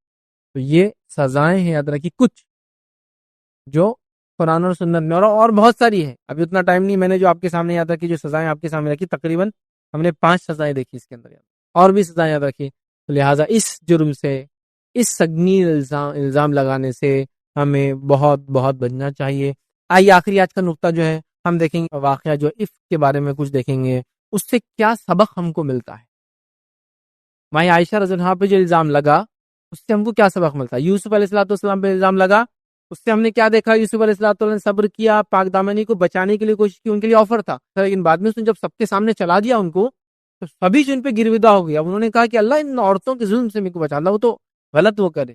تو ہم نے دیکھا انہوں نے اللہ اپنے دامن کو، پاک دامنی کو باقی رکھا، جیل گئے، لیکن اس کے بعد زبردست اللہ رب العزت نے اس کا دنیا میں بہترین بدلہ دیا، اور آخرت میں یقیناً ان کے لیے بہترین اجر اس کا ہے، یاد رکھیں۔ تو اب ماں عائشہ رضی اللہ عنہا پہ بھی یہ الزام لگا، نبی اکرم صلی اللہ علیہ وسلم کی چہیتی بیوی ہے، منافقین نے اس الزام کو لگایا اور اس کو خوب آنکھ دی، اس کو بڑھایا، نتیجہ یہ ہوا کہ کچھ معصوم مسلمان بھی اس کے اندر بھولے بھالے اس میں پھنس گئے، انہوں نے بھی اس کو آگے بڑھا دیا اس بات کو، اور بات بہت زیادہ ہو گئی۔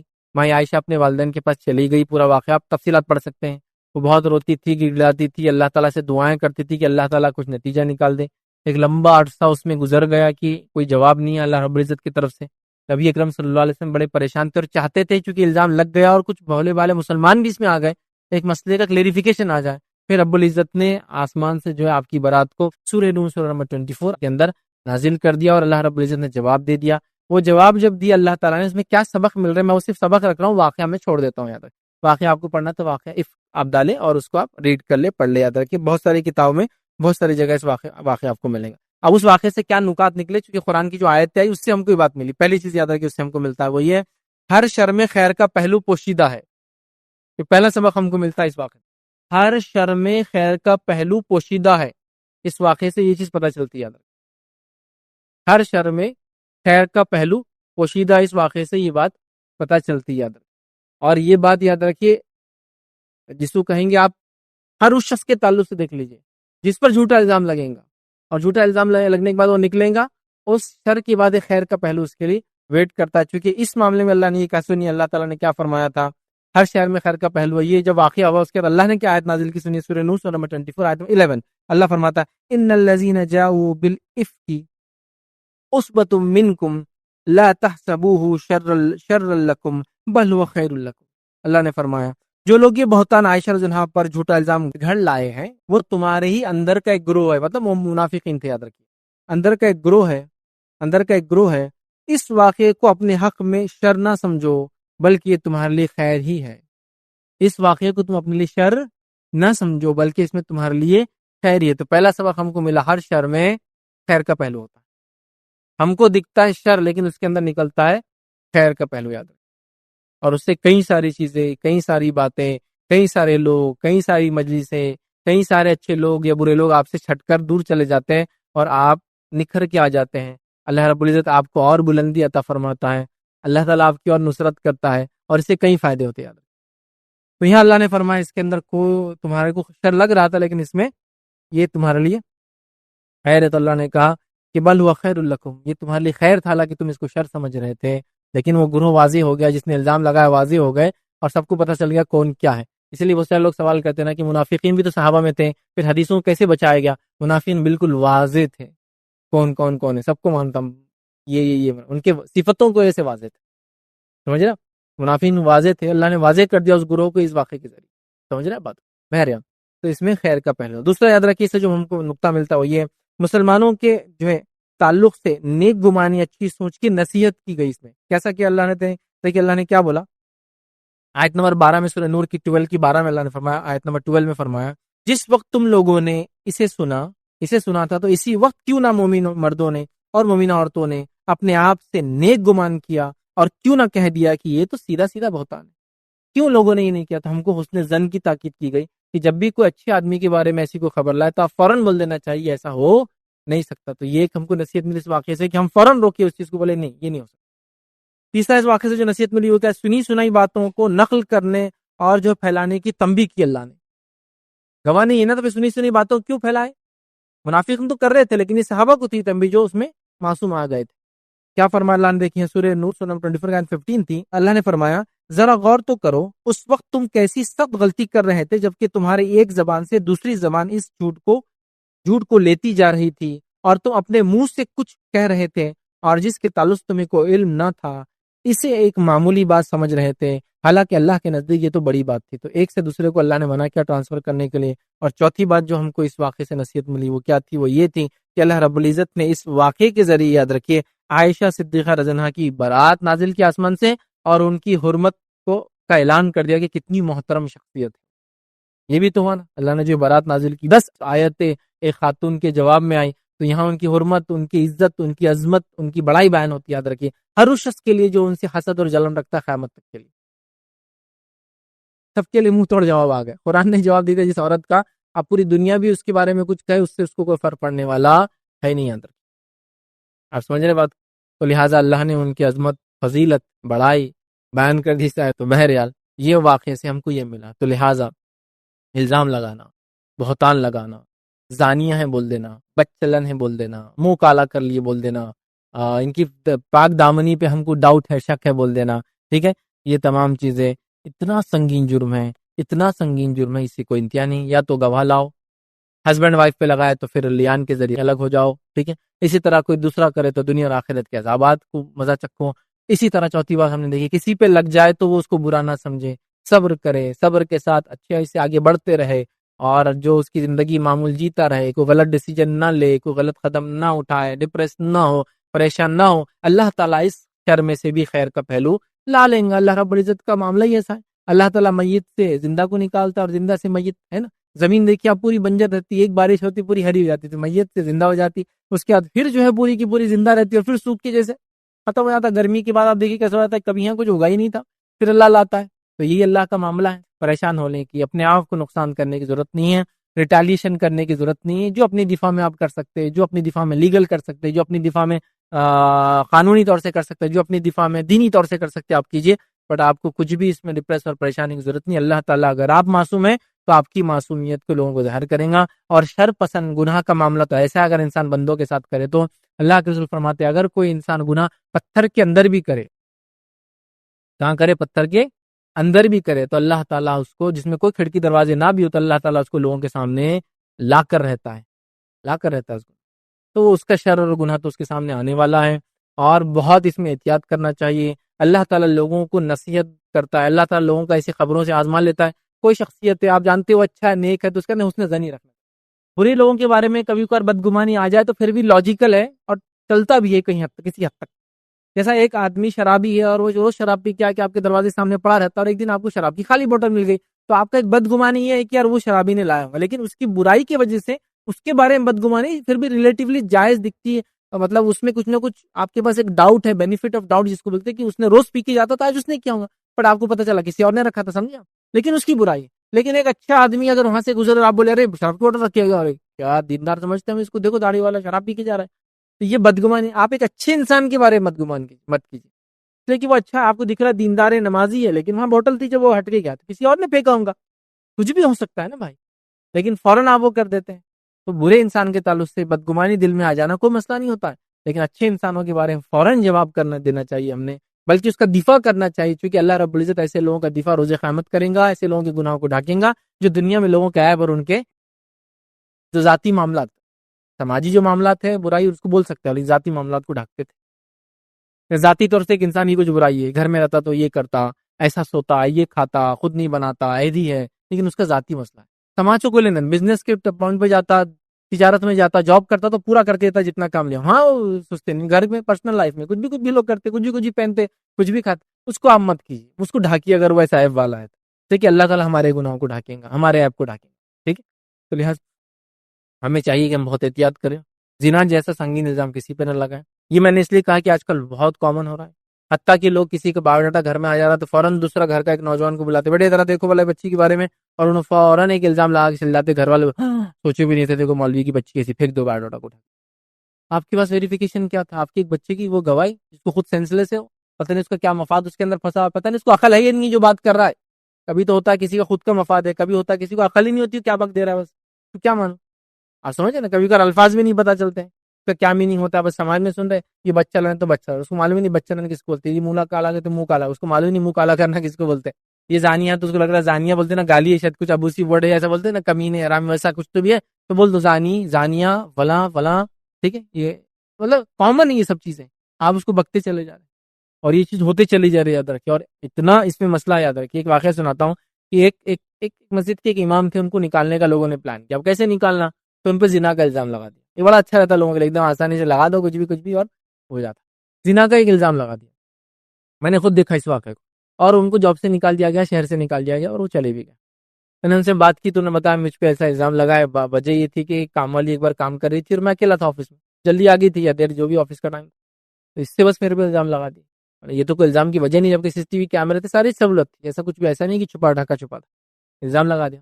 اس کے چند مہینوں بعد میں نے دیکھا ایک شخص نے جمعہ کے دن جس شخص نے الزام لگایا تھا اس شخص کے خلاف گواہی دی کھڑے کر اور کہا کہ میں اس کی ناجائز اولاد ہوں. جمعہ کی خطبے کے بعد میں اس کی ناجائز اولاد ہوں، اور وہ ثابت ہو، پورے دنیا میں اس کا مکالا ہو. کس کا؟ جس نے الزام لگایا تھا. اس نے لگایا تھا جھوٹا الزام انصاف پر، اور اللہ نے اس کے اندر کا ایک پول کھول دیا، کیونکہ اس لڑکے کو بہت وہ آ گیا جس کو پتا تھا بچپن سے کہ میں اس کی اولاد ہوں.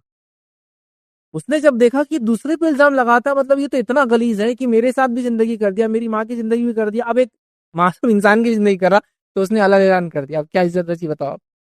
آپ نے کسی کو الزام لگایا، اللہ نے آپ کو بھرے جمعہ میں ذلیل کر دیا. اس کے پاس گواہی تھی، وہ خود اس کا رشتہ دار ہے، رشتے میں پورا خاندان پہچانتا، اور سارے لوگ گواہی دی کہ ہاں اس کو بہت اچھے سے رکھے، وہ گھر بھی ہمارا لے کے دیا، ابا نے دیے، مطلب گھر میں یہ خبریں تھی سب کو. کسی نے بھی آبجیکشن نہیں لیا اس لڑکے کے خلاف. ہوتا نا تو بیٹے مارنے آ جاتے, تماش کچھ بھی نہیں ہوا, سب کو بھنک. آپ سمجھے؟ تو ایسی چیزیں کھل کے سامنے آتی جب آپ کسی کے پیچھے پڑ جائیں تو بہت بچی سے الزام. اللہ کے لیے کسی بھی لڑکے کسی بھی لڑکی پہ, شادی شدہ غیر شادی شدہ, مسلم غیر مسلم, کسی پہ الزام مت لگائیے, کسی پہ تہمت مت لگائیے. اگر وٹنس نہیں ہے تو منہ بند رکھنا اپنے لیے اچھا ہے. گواہ ہے تو ضرورت ہے, تو آپ کی ضرورت ہے ہر جگہ بولنے کی, آپ کون لینا دینا ان سے؟ ایک اجنبی آدمی کو دیکھ لیا تو کیا کرنا ہے؟ خواہ کیس میں ہاتھ مت ڈالیے, خواہ چیزوں کے بیچ میں مت پڑیے, کیونکہ کئی بار ہوتا ہے لوگوں کے شر سے آپ محفوظ نہیں رہ سکتے, کیونکہ وہ اشرار لوگ ہوں گے جب یہی کام کرتے ہیں. لہٰذا آپ کی جہاں ضرورت ہے منہ کھولیے. الزام لگانے میں زنا وغیرہ کے بہت محتاط رہیے, یہ غلطی کبھی نہ ہونے دے. ہوئی تو اللہ رب العزت توبہ کرے, اس شخص سے بھی توبہ کرے کہ میں نے غلطی کی آپ کے بارے میں, فلاں فلاں کیا, یہ اچھا ہے دنیا اور آخرت کے حساب سے, ورنہ دنیا میں بڑی سخت سزائیں ایسے لوگوں کے لیے, اور آخرت میں یاد رکھے بڑی سخت اور دردناک عذاب ایسے لوگوں کے لیے. اور جن پر الزام لگا دنیا کے اندر شر سے اللہ رب العزت خیر نکالتا ہے, اور اسی طرح جو ہے دنیا کے اندر ان لوگوں کو اللہ تعالیٰ اور عظمت اور بلندی اور مقام عطا کرتا ہے جن پر جھوٹا الزام لگا, اور دنیا میں انشاءاللہ ان کو اس کا اجر ملے گا, اور آخرت میں اس کا بہترین بدلہ ملے گا, اس شکل میں کہ اس کی نیکیاں ان کے سر پہ ڈالی جائیں گے الزام لگانے والے کی, یا پھر ان کے گناہ اس الزام لگانے والے کے سر پہ چلے جائیں گے. صحیح مسلم کی روایت. تو لہٰذا دونوں جگہ ہمارا فائدہ ہے. تو لہٰذا اپنی نفس کو ہم اس گناہ سے, جرم سے بچائے, اور جس کے ساتھ یہ ہوا ہے وہ مظلوم ہے بیچارہ, وہ صبر کرے, اللہ اس کو انشاءاللہ اس کا بہترین بدلہ عطا فرمائیں گا. اسی پر اپنی بات کو ہم ختم کریں گے. اللہ رب العزت سے دعا ہے کہ اللہ سبحانہ تعالیٰ ہم تمام کو اس قسم کی برائی سے, اس قسم کے جرم سے اور ہر قسم کے گناہ سے ہماری حفاظت کرے. جب تک ہم لوگوں کو زندہ رکھے, ایمان و اسلام پر زندہ رکھے, خاتمہ ہمارا ایمان پر ہو. آخر دعوانا الحمدللہ رب العالمین. سبحان ربک رب العزت عما یصفون وسلام علی المرسلین والحمدللہ رب العالمین. کوئی بات اس درس سے نہ سمجھی, آپ کو سوال ہو تو پوچھ لیں.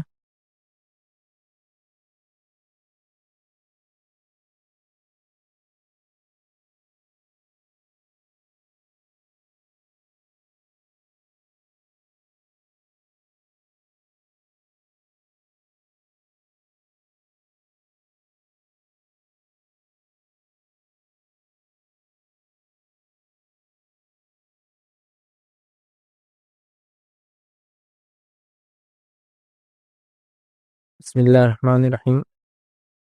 الحمدللہ رب العالمین والصلاة والسلام علی رسولہ الکریم وعلی آلہ وصحبہ اجمعین. رب اشرح لی صدری ویسر لی امری واحلل عقدۃ من لسانی یفقہوا قولی. اما بعد.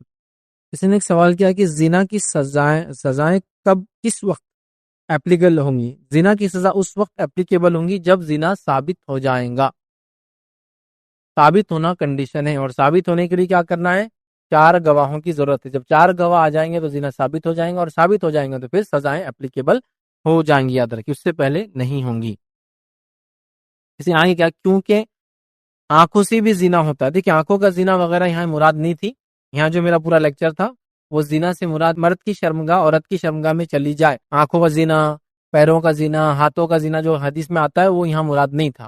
یہاں زنا سے مراد بالکل فزیکل ریلیشن شپ ہونا جیسے ہسبینڈ وائف کے ہوتے, وہ یہاں مراد تھی. یاد رکھیں, ٹھیک ہے. تو لہٰذا زنا اسی کہتے تھے, کیونکہ آنکھوں اور اس کا زنا یہ یہاں انکلوڈیڈ نہیں ہے, اور اس کی کوئی سزا بھی نہیں. یاد رکھے شریعت میں کہ ایسا کوئی دیکھ لے کر لے, اس کی کوئی سزا نہیں, توبہ کر لے وہ ہو جائیں گے. یاد رکھیں, کیونکہ آج کل لڑکوں میں آپس میں فوٹو شیئر کرنا عام ہو گیا ہے, یا پھر نیٹ سے فحش فلمیں, تو یہ زنا جو ہے اس کی کوئی سزا نہیں ہے, اس کے لیے صرف توبہ ہے. تو یہاں یہ سب چیزیں نہیں مانی جائیں گی. پھر انہوں نے کہا کہ تو اس طرح سے ڈسٹنس لو سٹوری بھی چلتی ہے, تو کیا یہ بھی زنا ہے, اور اگر ہے تو پھر کیا سزا ہوگی؟ دیکھیں ڈسٹنس لو سٹوری کوئی زنا نہیں. ڈسٹنس لو سٹوری کیا ہے؟ اب آج کل محبتوں کی بڑی قسمیں چل رہی نیٹ کے حساب سے. ڈسٹنس لو سٹوری یہ ہوتا ہے کہ ایک آدمی سمجھو امریکہ میں آپ نے ملے نہیں اور آپ انڈیا میں یہاں نہیں, اور دونوں کی محبتیں چل رہی, پھر کبھی ملیں گے اور 5-10 سال بعد پھر ہو سکتا ہے ان کی شادی ہوئی. اس کو بولتے ہیں ڈسٹنس لو سٹوری. ٹھیک ہے, لیو ان لو, ڈسٹنس لو, افیئر والا لو, اور یہ پتہ کتنے ٹائپس اس کے. تو بہرحال تو یہ زنا میں نہیں آتی, لیکن زنا ایک ہی پرٹیکولر عمل کو بولتے ہیں, وہ میں نے بتا دیا آپ کو, سمجھ رہے, پرٹیکولر ایک عمل ہے. باقی ساری چیزیں جو مجازی طور سے کہے گی, اس کو کہیں گے میٹافوریکل سینس میں زنا کہا گیا, آنکھوں کا زنا, قدم کا, ہاتھ کا, وہ اس سے مراد نہیں. اس سے مراد یہ کہ اور مرد کی شرمگاہ عورت کی شرمگاہ میں چلی جائے. نبی اکرم صلی اللہ علیہ وسلم کو ایک شخص آیا, کہا میں نے زنا کیا, تو آپ نے 4 چہرہ پھیر لیا. پھر آپ نے پورا سوال کیا, کیا ایسا ہوا جس طرح سے سرمے دانی کی سوئی جس طرح سے اس کی بوٹل میں جا کر نکل کر آتی ہے، کیا ویسا ہوا؟ تو کہاں تو سب سزا سنائے گی. تو ایگزیکٹلی فزیکل ریلیشن شپ پہ بات ہو رہی ہے. سمجھ رہے آپ؟ ایک صحابی کا واقعہ سنا جو کہ آپ نے پوچھا. وہ آئے دوڑے دوڑے اللہ کے رسول صلی اللہ علیہ وسلم کے پاس آئے اور کہا کہ مجھ سے زنا چھوڑ کر سب کچھ ہو گیا عورت کے ساتھ. وہ وہاں اڑا رہا، کہنے لگا مجھے کچھ سزا دی جائے. آپ صلی اللہ علیہ وسلم خاموشی اختیار کی. پھر آگے روایت میں الفاظ یہ آتے ہیں کہ پھر وہ پھر گیا تو آپ نے کہا کیا تو نے ہمارے ساتھ نماز پڑھی؟ تو کہا میں نے کیا. تو اللہ تیرے گناہ معاف کریں گے. مطلب یہ گناہ ان عمل سے انشاءاللہ معاف ہو سکتے ہیں. لیکن پہلی چیز تھی وہ تائب تھا نا، نادم تھا، بول کے آتا سزا دو. وہ تائب والا توبہ کا وہ کنڈیشن ہے پورا ہو رہا تھا. اب اس نے نیکی کیا تو نیکی سے انشاءاللہ گناہ مٹ جائیں. تو یہاں اس کو سزا نہیں ملی. تو یہاں بالکل جو میں نے زنا کی بات کی یہ بالکل 100% فزیکل ریلیشن شپ اسٹیبلش کرنے کے میننگ میں تھا. کوئی بھی اس کو یہ افیئر، ڈسٹینس لو اور یہ اس سینس میں بالکل بھی نہیں. کسی نے آگے پوچھا اور کیا کرنے والا اللہ سے توبہ کرتے؟ دیکھیے ڈسٹینس لو وغیرہ سب میں اللہ سے توبہ کرنا ہی کافی. کسی نے ایک اور سوال کیا، الزام لگانے کے بعد جن پر الزام لگایا گیا ہے اگر وہ سچ میں گناہ پر آمدہ ہو جائے تو اس کا ذمہ دار کون ہوگا؟ تو ظاہر سی بات ہے آپ نے اس کو ورغلایا، آپ نے اس کو گناہ کی طرف بڑھاوا دیا، تو آپ بھی کہیں نہ کہیں اس گناہ میں ذمہ دار ہے. لیکن میں یہ نہیں کہوں گا کہ آپ ہی ذمہ دار ہے.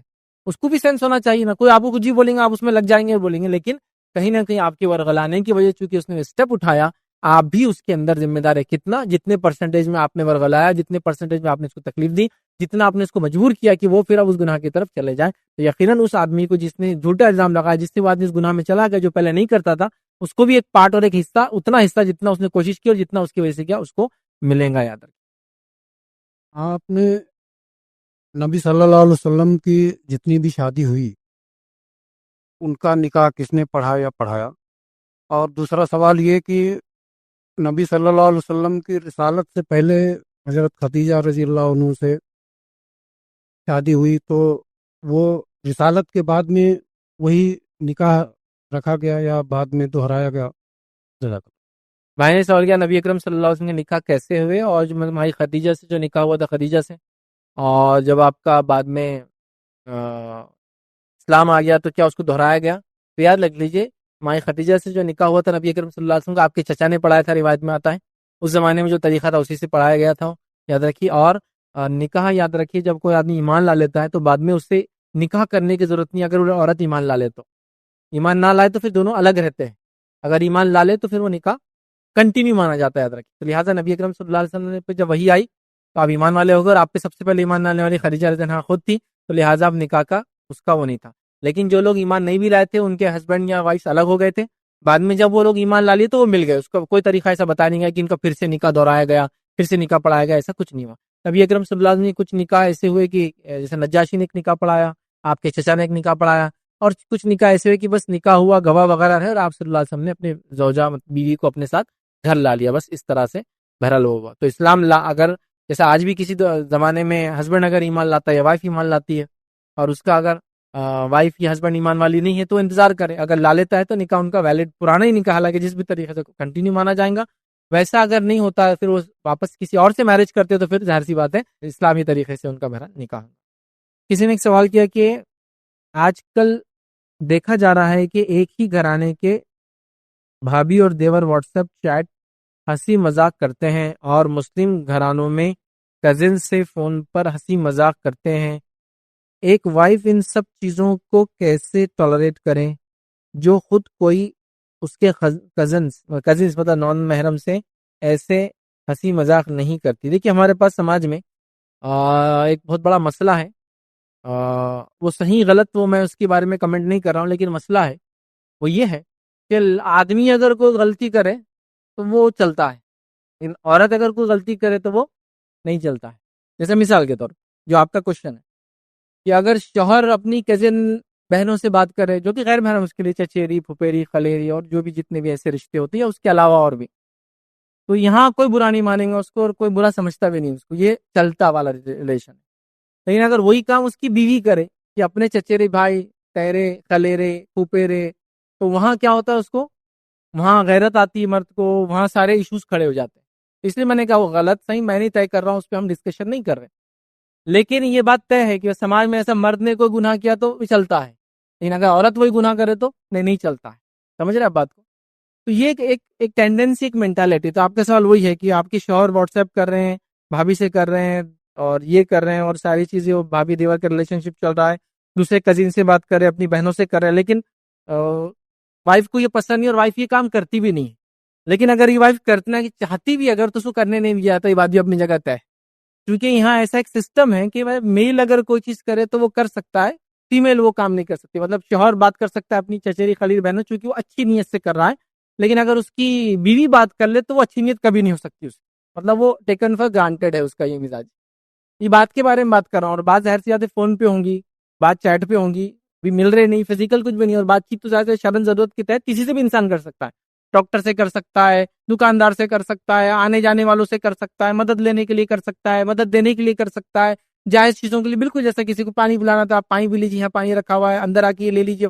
یہ سب آواز چونکہ پردہ نہیں عورت، لیکن وہاں وہ یہ بھی پسند نہیں کریں گے ہسبینڈ کی وائف اس کی آواز بھی کسی کو وہ کرے. لیکن ہسبینڈ کا یہ رہے گا کہ وہ سب سے کریں گا. بٹ بہرحال اس کو کیا کریں گے، سماج میں اس چیز چل پڑی ہے. تو ظاہر سی بات ہے ایسی چیزوں کو آپ کو آپ کے ہسبینڈ کو بتانا پڑے گا، ان کو سمجھانا پڑے گا، ان کی کسی نہ کسی ڈھنگ سے بہرحال ناحیے سے اصلاح کرنا پڑیں گی. اس کے علاوہ تو کچھ چارہ نظر نہیں آتا ہے، کیونکہ پردے کا سسٹم گھر میں ویسے حالات ہاں بس موجود نہیں، یاد رکھیے. لہٰذا چونکہ حالات موجود نہیں ہیں اور لوگوں نے ہر چیز کو جائز قرار دے دیا ہے، بے پردگی، لوگوں سے بات چیت، محرم غیر محرم کا فرق چھوڑ دیا ہے، کیسے لباس کس کے سامنے پہننا، کوئی تمیز نہیں. تو یہ سارے مسائل بیچ میں بہرحال ہوتے رہتے ہیں. کسی نے ایک سوال کیا کہ اگر کوئی عورت ایک شخص سے بات کرے جو نان محرم ہو، جیسے کالج یا بیچ میٹ، لیکن سب کے سامنے جو بھی کوئی غیر ضروری بات کرنی، اچھا مطلب سب کے سامنے کرے اور جو کوئی غیر ضروری بات نہیں کر رہے ہیں، پھر بھی لوگ ان دونوں کو ایک ساتھ جوڑنے لگ جاتے ہیں. یہ اسپیشلی کامن اسکولس اور ادر انسٹیٹیوشنس میں ان دنوں میں ہوتا ہے. اس سے عورت کی ریپوٹیشن جو ہے خراب ہو جاتی ہے، انہوں نے لکھا. تو یاد رکھیے یہ ایک دم کامن فینومینا ہے، ایک بالکل بات عام ہے کہ ایک لڑکی اگر کسی بھی غیر محرم سے بات کریں گی، لڑکے سے کالج کی چونکہ سوال ہے، اسٹوڈنٹ، فیمیل اسٹوڈنٹ میل اسٹوڈنٹ سے بات کریں گی، اور اگر یہ فریکوینسی اس کی زیادہ ہے تو یہ دونوں کو ایک دوسرے سے جوڑ دینا یہ بالکل کامن چیز ہے.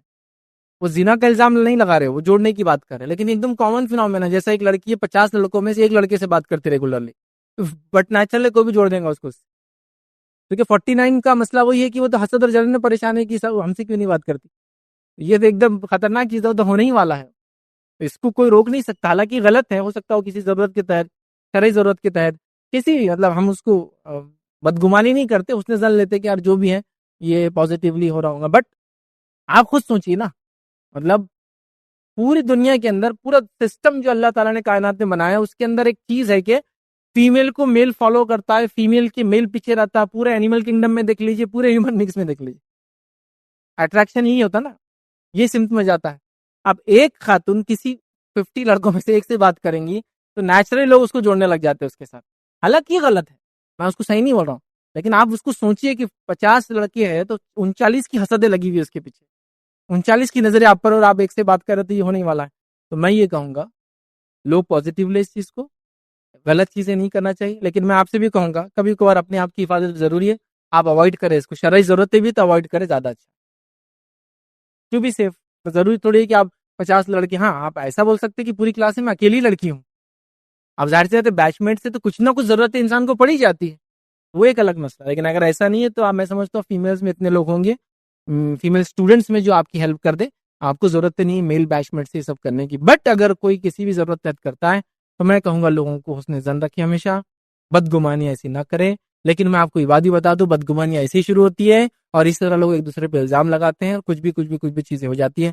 تو لہٰذا اپنی عزت بچانا چیز دیکھیے. کچھ کبھی کبھار دیکھیے، جیسا میں یہ بول رہا ہوں، میں رائٹ سائڈ چل رہا ہوں، ٹریفک کے رائٹ سائڈ چل رہا ہوں، سگنل کا پالن کرتے ہوئے چل رہا ہوں، گاڑی ان کے پیپر پورے میرے ہے، لائسنس بھی میرے پاس ہے، سامنے والا غلط سائڈ سے آ رہا ہے، میں ہارن نہیں بجاؤں گا. اس کا کام ہے دیکھنا کہ رائٹ سائڈ سے کون آ رہا ہے، اور وہ رانگ سائڈ سے آ رہا ہے، میں ہارن نہیں بجاؤں گا، میں تو صحیح ٹریک پہ ہوں نا.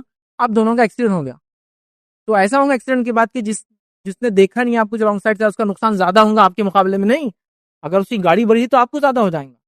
تو لہٰذا ایک ٹریفک کا ایک رول ہے، to see and to be seen, دیکھنا اور دوسروں کا احساس دلانا، مطلب اپنے آپ کو دکھانا بھی ضروری ہوتا ہے. اسی لیے ہوتا ہے جب گاڑی اوورٹیک کرتی پیچھے سے تو ہارن دیتا پہلے وہ، حالانکہ گاڑی راستہ چھوڑتی چلتی پھر بھی ہارن کیوں دیتا ہے کہ غلطی سے اس سائڈ بدلنا شروع ہو جائے، اس نے اوورٹیک کیا تو ایکسیڈنٹ ہو جاتا. ٹو سی مطلب پیچھے والا دیکھ رہا ہے گاڑی، لیکن سامنے والا ٹو سین وہ نہیں دیکھ رہا ہے اس کو، تو ہارن بجا کے وہ کرتا ہے کہ میں پیچھے ہوں، تو بولتا ہے اچھا ٹھیک سگنل دیتا، سمجھ رہے ہو. تو وہاں آپ کا سب کچھ صحیح ہونے کے بعد بھی نقصان تو ہوا نا آپ کا. تو لہٰذا میں کہوں گا احتیاط کرنا پھر کچھ جگہ بہتر ہوتا ہے. میں یہ نہیں کہہ رہا ہوں کہ girlfriend boyfriend relationship بنا سکتے ہیں، میرا اس پہ نہیں ہے، لیکن میں کہہ رہا ہوں کیونکہ کالج اور انسٹیٹیوٹ کی بات کریں، بڑے بچے آپ لوگ سمجھدار ہیں، بالغ ہیں، تو ضرورت شرعی ضرورت کے تحت ہی آپ یہ کر رہے ہوں گے. پھر بھی اگر اس کو اوائڈ کرے تو اچھا، اس لیے کہ لوگوں کی بدگمانیوں کو آپ روک نہیں سکتے ہیں. کسی نے ایک سوال کیا، اگر کسی عورت کو اپنے شوہر پر شک ہے تو کیا وہ اپنے شوہر کی جاسوسی کر سکتی ہے؟ جس طرح آج کل انٹرنیٹ عام ہو گیا ہے تو شوہر پورا دن موبائل میں بزی رہتے ہیں اور بیوی کے آنے پر موبائل بند کر دیتے ہیں، تو اس لیے صرف شک کی بنا پر جاسوسی کی جا سکتی ہے کیا؟ دیکھیے یہ اب جیسے جیسے شہر بڑے ہو رہے تو یہ جاسوسیوں کے کاروبار بڑے بڑھتے جا رہے ہیں. جاسوس بہت کامن ہو گیا ہے، پرائیویٹ ایجنسیز ہوتی ہے جو آپ کو ہائر کر کے آپ اسے جاسوسی کروا سکتے ہیں. اس لیے کروا رہے جاسوسی کی شوہر کیا کرتا، بیوی آتی تو موبائل بند کر دیتا. دیکھیے وہ موبائل پہ ہو سکتا ہے گیم کھیل رہا ہو، موبائل پہ کوئی سیریز دیکھ رہا ہو، موبائل پہ کچھ ورک کر رہا ہو، موبائل پہ کوئی ایسا کنٹینٹ دیکھ رہا ہو جو کنٹینٹ آپ لوگوں کے بچوں کو دیکھنا ضروری نہیں ہو، موبائل پہ کوئی ایسی چیز دیکھ رہا ہو جو اس کو بھی نہیں معلوم، کھولیں گا تو کیا آئیں گے کسی دوست نے بھیجا ہو، میں بھی وہ اس لیے آپ سے چھپاتا ہوں. تو آپ اس کے بیسس پہ شک کریں، مطلب ریکمینڈڈ نہیں، کیونکہ شک کا دیکھیے کوئی علاج نہیں ہے. آپ سمجھ رہے، شک کا کوئی علاج نہیں. یاد رکھیے اس لیے کہ جب وہ آ جاتا ہے تو وہ گھر، سماج، خاندان، دماغ، فرد، قومیں، ملک بھی برباد کر دیتا. شک آیا کہ وہ ملک ہم پہ حملہ کرنے والا، ہم اس سے پہلے حملہ کر دیتے ہیں. شک آیا کہ وہ ہمارے خلاف کام کر کے ہم اس سے پہلے اٹیک کر دیتے ہیں. شک آیا مجھے کہ میرا شوہر درست نہیں، شک آیا شوہر کو بیوی درست نہیں ہے، وہ سب بربادی والا معاملہ ہے. میں ریکمینڈ یہ کروں گا، ریکویسٹ کروں گا کہ شک کے چکر میں بالکل بھی مت پڑیے. ایک اچھی زندگی گزاریے، پازیٹیو لیجیے. بول سکتے ہیں ہسبینڈ سے پوچھ سکتے ہیں، کبھی اشارتاً پوچھ لے سکتے ہیں، کبھی یہ بھی بول سکتے ہیں ایسی کوئی چیز ہے کہ جو ہم، یا کبھی پازیٹیو ہے کہ یہ سوچے کہ وہ ایسی چیز کر رہا ہے جو میرے لیے دیکھنا کرنا مناسب نہیں ہے. سمجھ رہے آپ. لیکن شک کر کے کسی جاسوس کو ہائر کرنا، پرائیویٹ ایجنسی کے تھرو کروانا کیونکہ موبائل پہ رہتے وہ ہے. دوسرا یہ ہے کہ دیکھیے عورتوں کے لیے بھی ضروری ہے، اتنے بزی لائف کے اندر آدمی کسی بھی چیز کو، یا عورت کسی بھی چیز کو کب ٹائم دیتی وہ بھی آپ یاد رکھیں. آپ کو بھی تو ویسا کرنا ہے. آپ فار ایگزامپل دیکھیے شوہر دن بھر کا تھکا آ رہا ہے، جب وہ تھکا رہا ہے تو آپ بڑا اہم واٹس ایپ میسج پڑھ رہی تھی جو آپ کی بہن کے پاس سے آیا تھا، تو جب آپ نے اس کو بھی تو ڈیگریڈ کر دیا، اس کو بھی نیچا کر دیا کہ وہ آئے تو اس کو ویلکم نہیں کیا اس لیے کہ آپ اس میں تھی. اب جب وہ اندر آ کے اپنے کسی دوست کا میسج پڑھ رہا ہے تو جب آپ بول رہے کہ میرے کو شک ہو رہا، کچھ خطرناک چیز پڑھ رہا، یہ کر رہا، وہ کر رہا، فلاں ہو رہا، یہ ہو رہا، آواز اچھا فون پہ آواز سے آپ پہچان نہیں سکتے میل فیمیل ہے بول کیا، جب تک کہ آپ کو ریکگنائزیشن نہیں ہوتا کہ آواز کیا ہے. آپ ایسا دور سے سنیں گے تو سب آواز ایک جیسی لگتی ہے اس پر، آپ سمجھ. لہٰذا آپ یہ بھی نہیں بول سکتے عورت سے بات کرا، یہ کرا، وہ کرا، تو اننیسری شکوک و شبہات میں جائے. تو آپ نے اس کے لیے کیا کیا ویلکم کے لیے، آپ نے اس کے اٹریکشن کے لیے کیا کیا، آپ نے اس کے ٹائم لینے کے لیے کیا کیا، جو آپ بول رہے کہ اس نے ٹائم نہیں دے کے فلاں چیزوں میں لگ گیا. آپ کو بھی تو سب چیزیں دیکھنا ہے. مثال کے طور شوہر گھر میں ابھی وہیں بیٹھی ہوئی کھانا پکا رہی، بچوں کو وہ کر رہی، یہ کر رہی، وہ کری، کبھی تو سلام کا بھی ٹائم نہیں مل رہا، اتنی مصروف ہو جاتی بیچاری، سلام بھی نہیں کری، شوہر کو آ گیا تو پھر یہ ہو رہا، وہ ہو رہا، شام میں کھانا کا یہ، حالانکہ سب شوہر کے لیے کیے، شوہر نے سب کچھ دن بھر جو محنت کیا بچوں کے لیے کیا، لیکن کہیں نہ کہیں کچھ نہ کچھ تو چیز رہتی کہ آپ کہیں افیکشن کو ظاہر بھی کریں. آپ سمجھ. بیڈ پہ بھی پڑے تو ادھر ان کا واٹس ایپ ریڈنگ کرے دن بھر کی، باقی ادھر واٹس ایپ ریڈ کرے اپنے دن بھر کی باقی. پھر ایک زمانہ آتا ہے آدمی کا ریلیشن موبائل سے زیادہ ہو جاتا بنسبت شخصیات. پھر جب وہ ہونے کے بعد آپ کا موبائل بند ہو گیا، انٹرنیٹ بند ہو گیا، جب شک پیدا ہوا تو آپ چاہ رہے پورا ٹائم میرے کو میرے شوہر نے دینا. اب نہیں آتا آپ کیا، چونکہ آلریڈی اس میں لگ چکا ہے جس کام میں لگنا نہیں چاہیے تھا، تو آپ نے اس کو بزی نہیں رکھا پہلے سے. میں یہ کہوں گا آپ بولیں گے ہم خود بزی تھے، آپ میں جی معلوم ہر آدمی بزی ہے، لیکن اس میں سے بھی آپ کو ٹائم، جیسا آپ سب سے بزی کام میں اور آپ کا باس آ جائے تو کیا کریں گے. ابھی بولیں گے بس 2 منٹ رکو بزی ہے، آپ اس کو رسپیکٹ کرتے، چائے پانی پوچھتے، آئیے بولتے، بعد میں بولتے یار باس کے آنے سے آدھا گھنٹہ ایکسٹرا لگیں گا، وہ تو چلے گا، میرے کو کام زیادہ کرنا پڑے گا، بٹ ڈیزرو کرتا وہ آدمی. تو لہٰذا ریلیشن شپ کا معاملہ بہت مختلف ہوتا ہے، یہ دھیرے دھیرے ٹوٹتے ہیں اور بنتے جلدی نہیں، یاد رکھیے. تو لہٰذا ہسبینڈ وائف ریلیشن شپ بہت الگ ہے، تو شک کو مت آنے دیجیے. یہ تو آپ بول رہے آپ کو ان پہ شک ہے، آپ ان سے کرا لیں گے، اللہ نہ کرے ان کو اگر آپ پہ شک آ گیا کبھی تو یہ گھر ٹوٹنے والا مسئلہ. ریزن بینگ کیوں بولیں گے تم کس سے بات کر رہے ہو جاسوس، آپ ان کی جاسوسی آپ بول دیں گے ایسا پہلی بار میں، میرے کو شک ہو رہا تھا موبائل یوز کرے میں جاسوسی کرا رہی تھی آپ. انہیں نکالا پھر کہ آپ کسی غیر محرم مرد سے بات کرتے ہیں، حالانکہ وہ آپ کے لیے کام کر رہا ہے، وہ جاسوس ہے. تو یہ بہت اس کے نتائج اچھے نہیں ہوتے. یا پھر آپ نے خاموشی سے موبائل کمپنی سے ریکارڈ منگا لیا کہ اس سے بات کرتے ہیں فلاں، اور ان کو معلوم ہو گیا تو وہ سمجھیں گے آپ ہر چیز کو اس طرح سے ان کی نظر رکھ رہے ہیں، پھر وہ آپ کی ہر چیز پہ ایسی نظر رکھیں گے، اننیسری ایشوز ہوں گے. تو شک مت کیجیے، پازیٹیو لیجیے، بات کو سمجھیے. ایسا سوچیے کہ ایسی چیزیں ہیں جو میرے لیے لائف میں اس لیے نہیں دکھا رہے، میں بھی ورک لوڈ کی وجہ سے گھر پہ بھی آ کے باہر کا کام کریں. ایسا کچھ تو بھی کر کے کنکلوژن کیجیے. شوہر سے بھی ریکمینڈ کروں گا کہ بتائے کیا کر رہا ہے، بولے کہ میں ایسی چیز دیکھ رہا ہوں جو آپ کے لیے، بچوں کے لیے دیکھنا ٹھیک نہیں. اب ہوتا ہے ہم لوگ بھی بیٹھے ہوئے آفس میں کچھ بھی چیزیں دیکھنا پڑتی دن بھر، ایسے سوالات آتے ہیں، کبھی کوئی سوال ہم کو بھی نہیں معلوم اس کا جواب کیا ہے، بلکہ وہ چیز کیسی ہوتی ہے وہ بھی نہیں معلوم رہتا. تو وہ پروسیس جاننے کی کوشش کرتے ہیں، یہ کیسا ہوتا، اس میں فلاں ہوتا ہے، فلاں بیماری ہے، اسے فلاں انجیکشن دے رہے ہیں، انجیکشن میں فلاں یہ کر سکتے کیا. اب بیماری کیا ہے نام سے تو سمجھ میں نہیں آ رہی تھی، اپن ڈالتے ہیں. باڈی پارٹس میں ہو سکتی ہے، آرگنس میں ہو سکتی ہے، اعضاء میں ہوتی، کہیں بھی ہوتی. اب ظاہر سے بچہ بولیں گا ابو کیا چھپا رہے تھے ہم سے. ہاں، بچے کے لیے ریکمینڈیڈ نہیں وہ چیز دیکھے جو ایک ایڈلٹ دیکھ رہا ہے فار پرپز آف ایجوکیشن. جیسے آپ کے گھر میں ایک آپ کی بڑی بیٹی ہے، بیٹا MBBS ڈاکٹر بن رہا ہے اور گائنک کی بک پڑھ رہا ہے، بچے کیسے پیدا ہوتے ہیں، اور گھر میں آ جائے کوئی بچہ اور بولے ہاں ہم سے چھپا رہے بھیا، کچھ تو غلط دیکھ رہے ہوں گے. اس کے اسٹڈیز کا ہے جو اس بچے کے لیے ریکمینڈیڈ نہیں کہ وہ دیکھے، اس لیے وہ چھپا رہا ہے. اور بچے کا ڈاؤٹ کرنا غلط ہے پھر، سمجھے نا. تو کئی ریزنس ہو سکتے ہیں. میں کہوں گا ڈاؤٹس وغیرہ کو آپ اس میں نہ آنے دیں، بات چیت کر کے اس کو سالو کرے. اور کبھی بھی یہ شک کر کے یہ سب یہ جاسوسی واسوسی مت کیجیے، بالکل یاد رکھیے، اس سے کبھی بھی فائدہ کسی کا نہیں ہوا، جاسوس ہوگا چھوڑ کر. اور وہ بھی گلی کی جاسوس رہتے ہیں. کوئی بہت اچھی کمپنی ہائر نہیں کر سکتا، وہ گلی کے جاسوس 300-400 روپے میں کام کر دیتے آپ کا، لیکن وہ آپ کو پوری زندگی کرپٹ کر دیں گے، آپ کے ڈیٹا کو پورے پبلک ڈومین میں لا دیں گے، آپ کی زندگی برباد کر دیں گے. ہمیشہ کریں گے ان سے، میرے سیدھے تعلقات ہے، سیدھی بات کرتے ہو کہ میڈم کا فون نمبر. نیا مسئلہ، بہت سارے ایشوز ہیں، احتیاط کریں. شیخ آج کل کامنلی بہت ساری جگہ پر دیکھا جاتا ہے، مطلب شہروں میں، کہ جب خاتون جب باہر نکلتی ہے تو زیادہ تر تو سج دج کر ہی نکلتی ہے، لیکن وہ زینت چھپانے کے لیے جو ہے تو برقع وغیرہ پہنتی ہے. تو برقع بھی مطلب ایسا ہو گیا کہ فیشنیبل ہو گیا، مطلب اس میں فٹنگس ہوتی ہے، اس کے اوپر جو ہے تو سجاوٹ ہوتی ہے برقعے کے اوپر بھی. تو جب وہ باہر نکلتی ہے تو کچھ لوگ جو نکڑ پہ بیٹھے ہوئے رہتے ہیں، جیسے کہ بزرگ، جو مطلب CCTV کے جیسے لگے ہوئے رہتے ہو کہ کون کہاں آ رہا ہے جا رہا ہے، تو وہ دیکھتے ہیں کہ مطلب آپس میں کھس پھس کرتے ہیں کہ دیکھو نکل گئی، بولے وہ گھیرنے کے لیے، مطلب لڑکیوں پر ایسے الزام لگاتے. تو اس میں مطلب صرف یہ جو الزام لگانے والے وہ گناہ گار ہوں گی، یا وہ عورت بھی گناہ گار ہوں گی جو ایسے لباس پہنتی، جو ایسے برقع پہنتی ہے؟ میں نے سوال کیا کہ کچھ لوگ ہوتے ہیں نکڑوں پہ چوراہوں پہ بیٹھے ہوتے ہیں، اور کچھ خواتین جو برقعے کو جیسا پہننا چاہے نہیں پہنتی ہے، بہت فیشنیبل سج دج کے جاتی ہے. تو اس کو نکڑے بیٹھے ہوئے لوگ جو ہے، چاہے جوان ہو چاہے بوڑھے ہو، وہ کہتے ہیں کہ چلو دیکھو اب گھیرنے جا رہی ہے مردوں کو، مطلب برائی کی نیت سے، مطلب افیئر کرتی ہے، مطلب جو بھی اچھی عورت نہیں ہے. تو ایسا کیا الزام ہے، اور اس میں اس کا قصور ہے لڑکی کا یا ان کا؟ دیکھیے میں تو اب اس کے بارے میں کچھ نہیں بولوں گا، اس لیے کہ اللہ تعالیٰ نے لوگوں کو انڈیویجول چوائس تھی زندگی کیسا جینا ہے، ایمان پہ جیو کفر پہ جیو، اس کی بھی چوائس ہے، کسی پہ زبردستی نہیں ہے. اسی طرح نیکی میں جیو یا بدی میں جیو، اللہ تعالیٰ فیصلہ کریں گے. لیکن دنیا میں ایسا ہے کہ گناہ کرتے آدمی مر جاتا نہیں، تو اللہ نے چھوٹ دے رکھی. تو وہ لڑکی کیا کر رہی ہے اس کی چوائس ہے، تو اس پہ ہم کمنٹ نہیں کرتے. ہم یہ کہہ سکتے کہ ہماری وہ بہن احتیاط کرے اور برقعے کو شرعی اعتبار سے پہنے تو اچھی بات ہے، لیکن ہم اس پہ کمنٹ نہیں کرتے کچھ.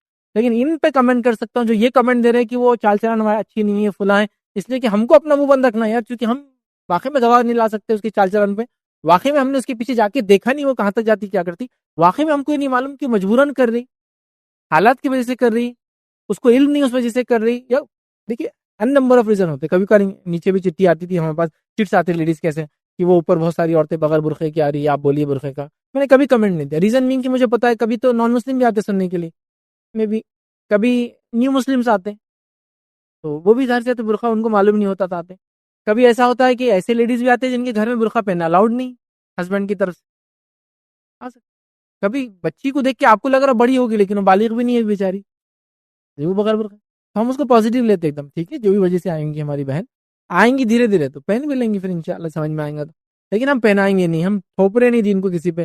دین دیکھیے آپ تھوپیں گے تو اس کا فائدہ نہیں. تو لہٰذا میں ان چچاؤں کو، ان انکل کو، ان نوجوانوں کو بولوں گا آپ اپنے کمنٹس نہ دیں اس بہن کے بارے میں. اس کی اپنی چوائس ہے، میں اس پہ کچھ نہیں کمنٹ کرتا ہوں. اب یہ کیا چوائس ہے، ایک نان مسلم ہوں گی تو اس کو تو آپ کچھ بھی نہیں بول سکتے نا، اس کی شریعت میں تو کچھ بھی نہیں، وہ کوئی بھی کپڑا پہنیں گی. تو میں کیا بول رہا ہوں، ان کی چوائس سے کپڑوں کی ان کو چھوڑ دیا. ہم نے جو چیز نہیں کرنا ہم وہ نہیں کریں گے. وہ قصوروار ہے نہیں ہے، ہم اس پہ کمنٹ نہیں کریں گے. ہم یہ بولیں گے ہم یہ بول کر گناہ گار نہ بنے. تو لہٰذا ہم کمنٹ نہ دے اس چوراہے پہ بیٹھے بیٹھے کہ یہ لڑکی گھیرنے جا رہی ہے، یہ لڑکی فلاں ہے، یہ چال چلن ٹھیک نہیں، ہم کمنٹ نہ دیں. وہ کیا کر رہی ہے، وہ اللہ اور اس کے بیچ کا معاملہ ہے. انشاءاللہ اسی پہ اپنی بات کو ختم کریں گے. وآخر دعوانا ان الحمدللہ رب العالمین. سبحان ربک رب العزت عما یصفون وسلام علی المرسلین والحمد للہ رب العالمین.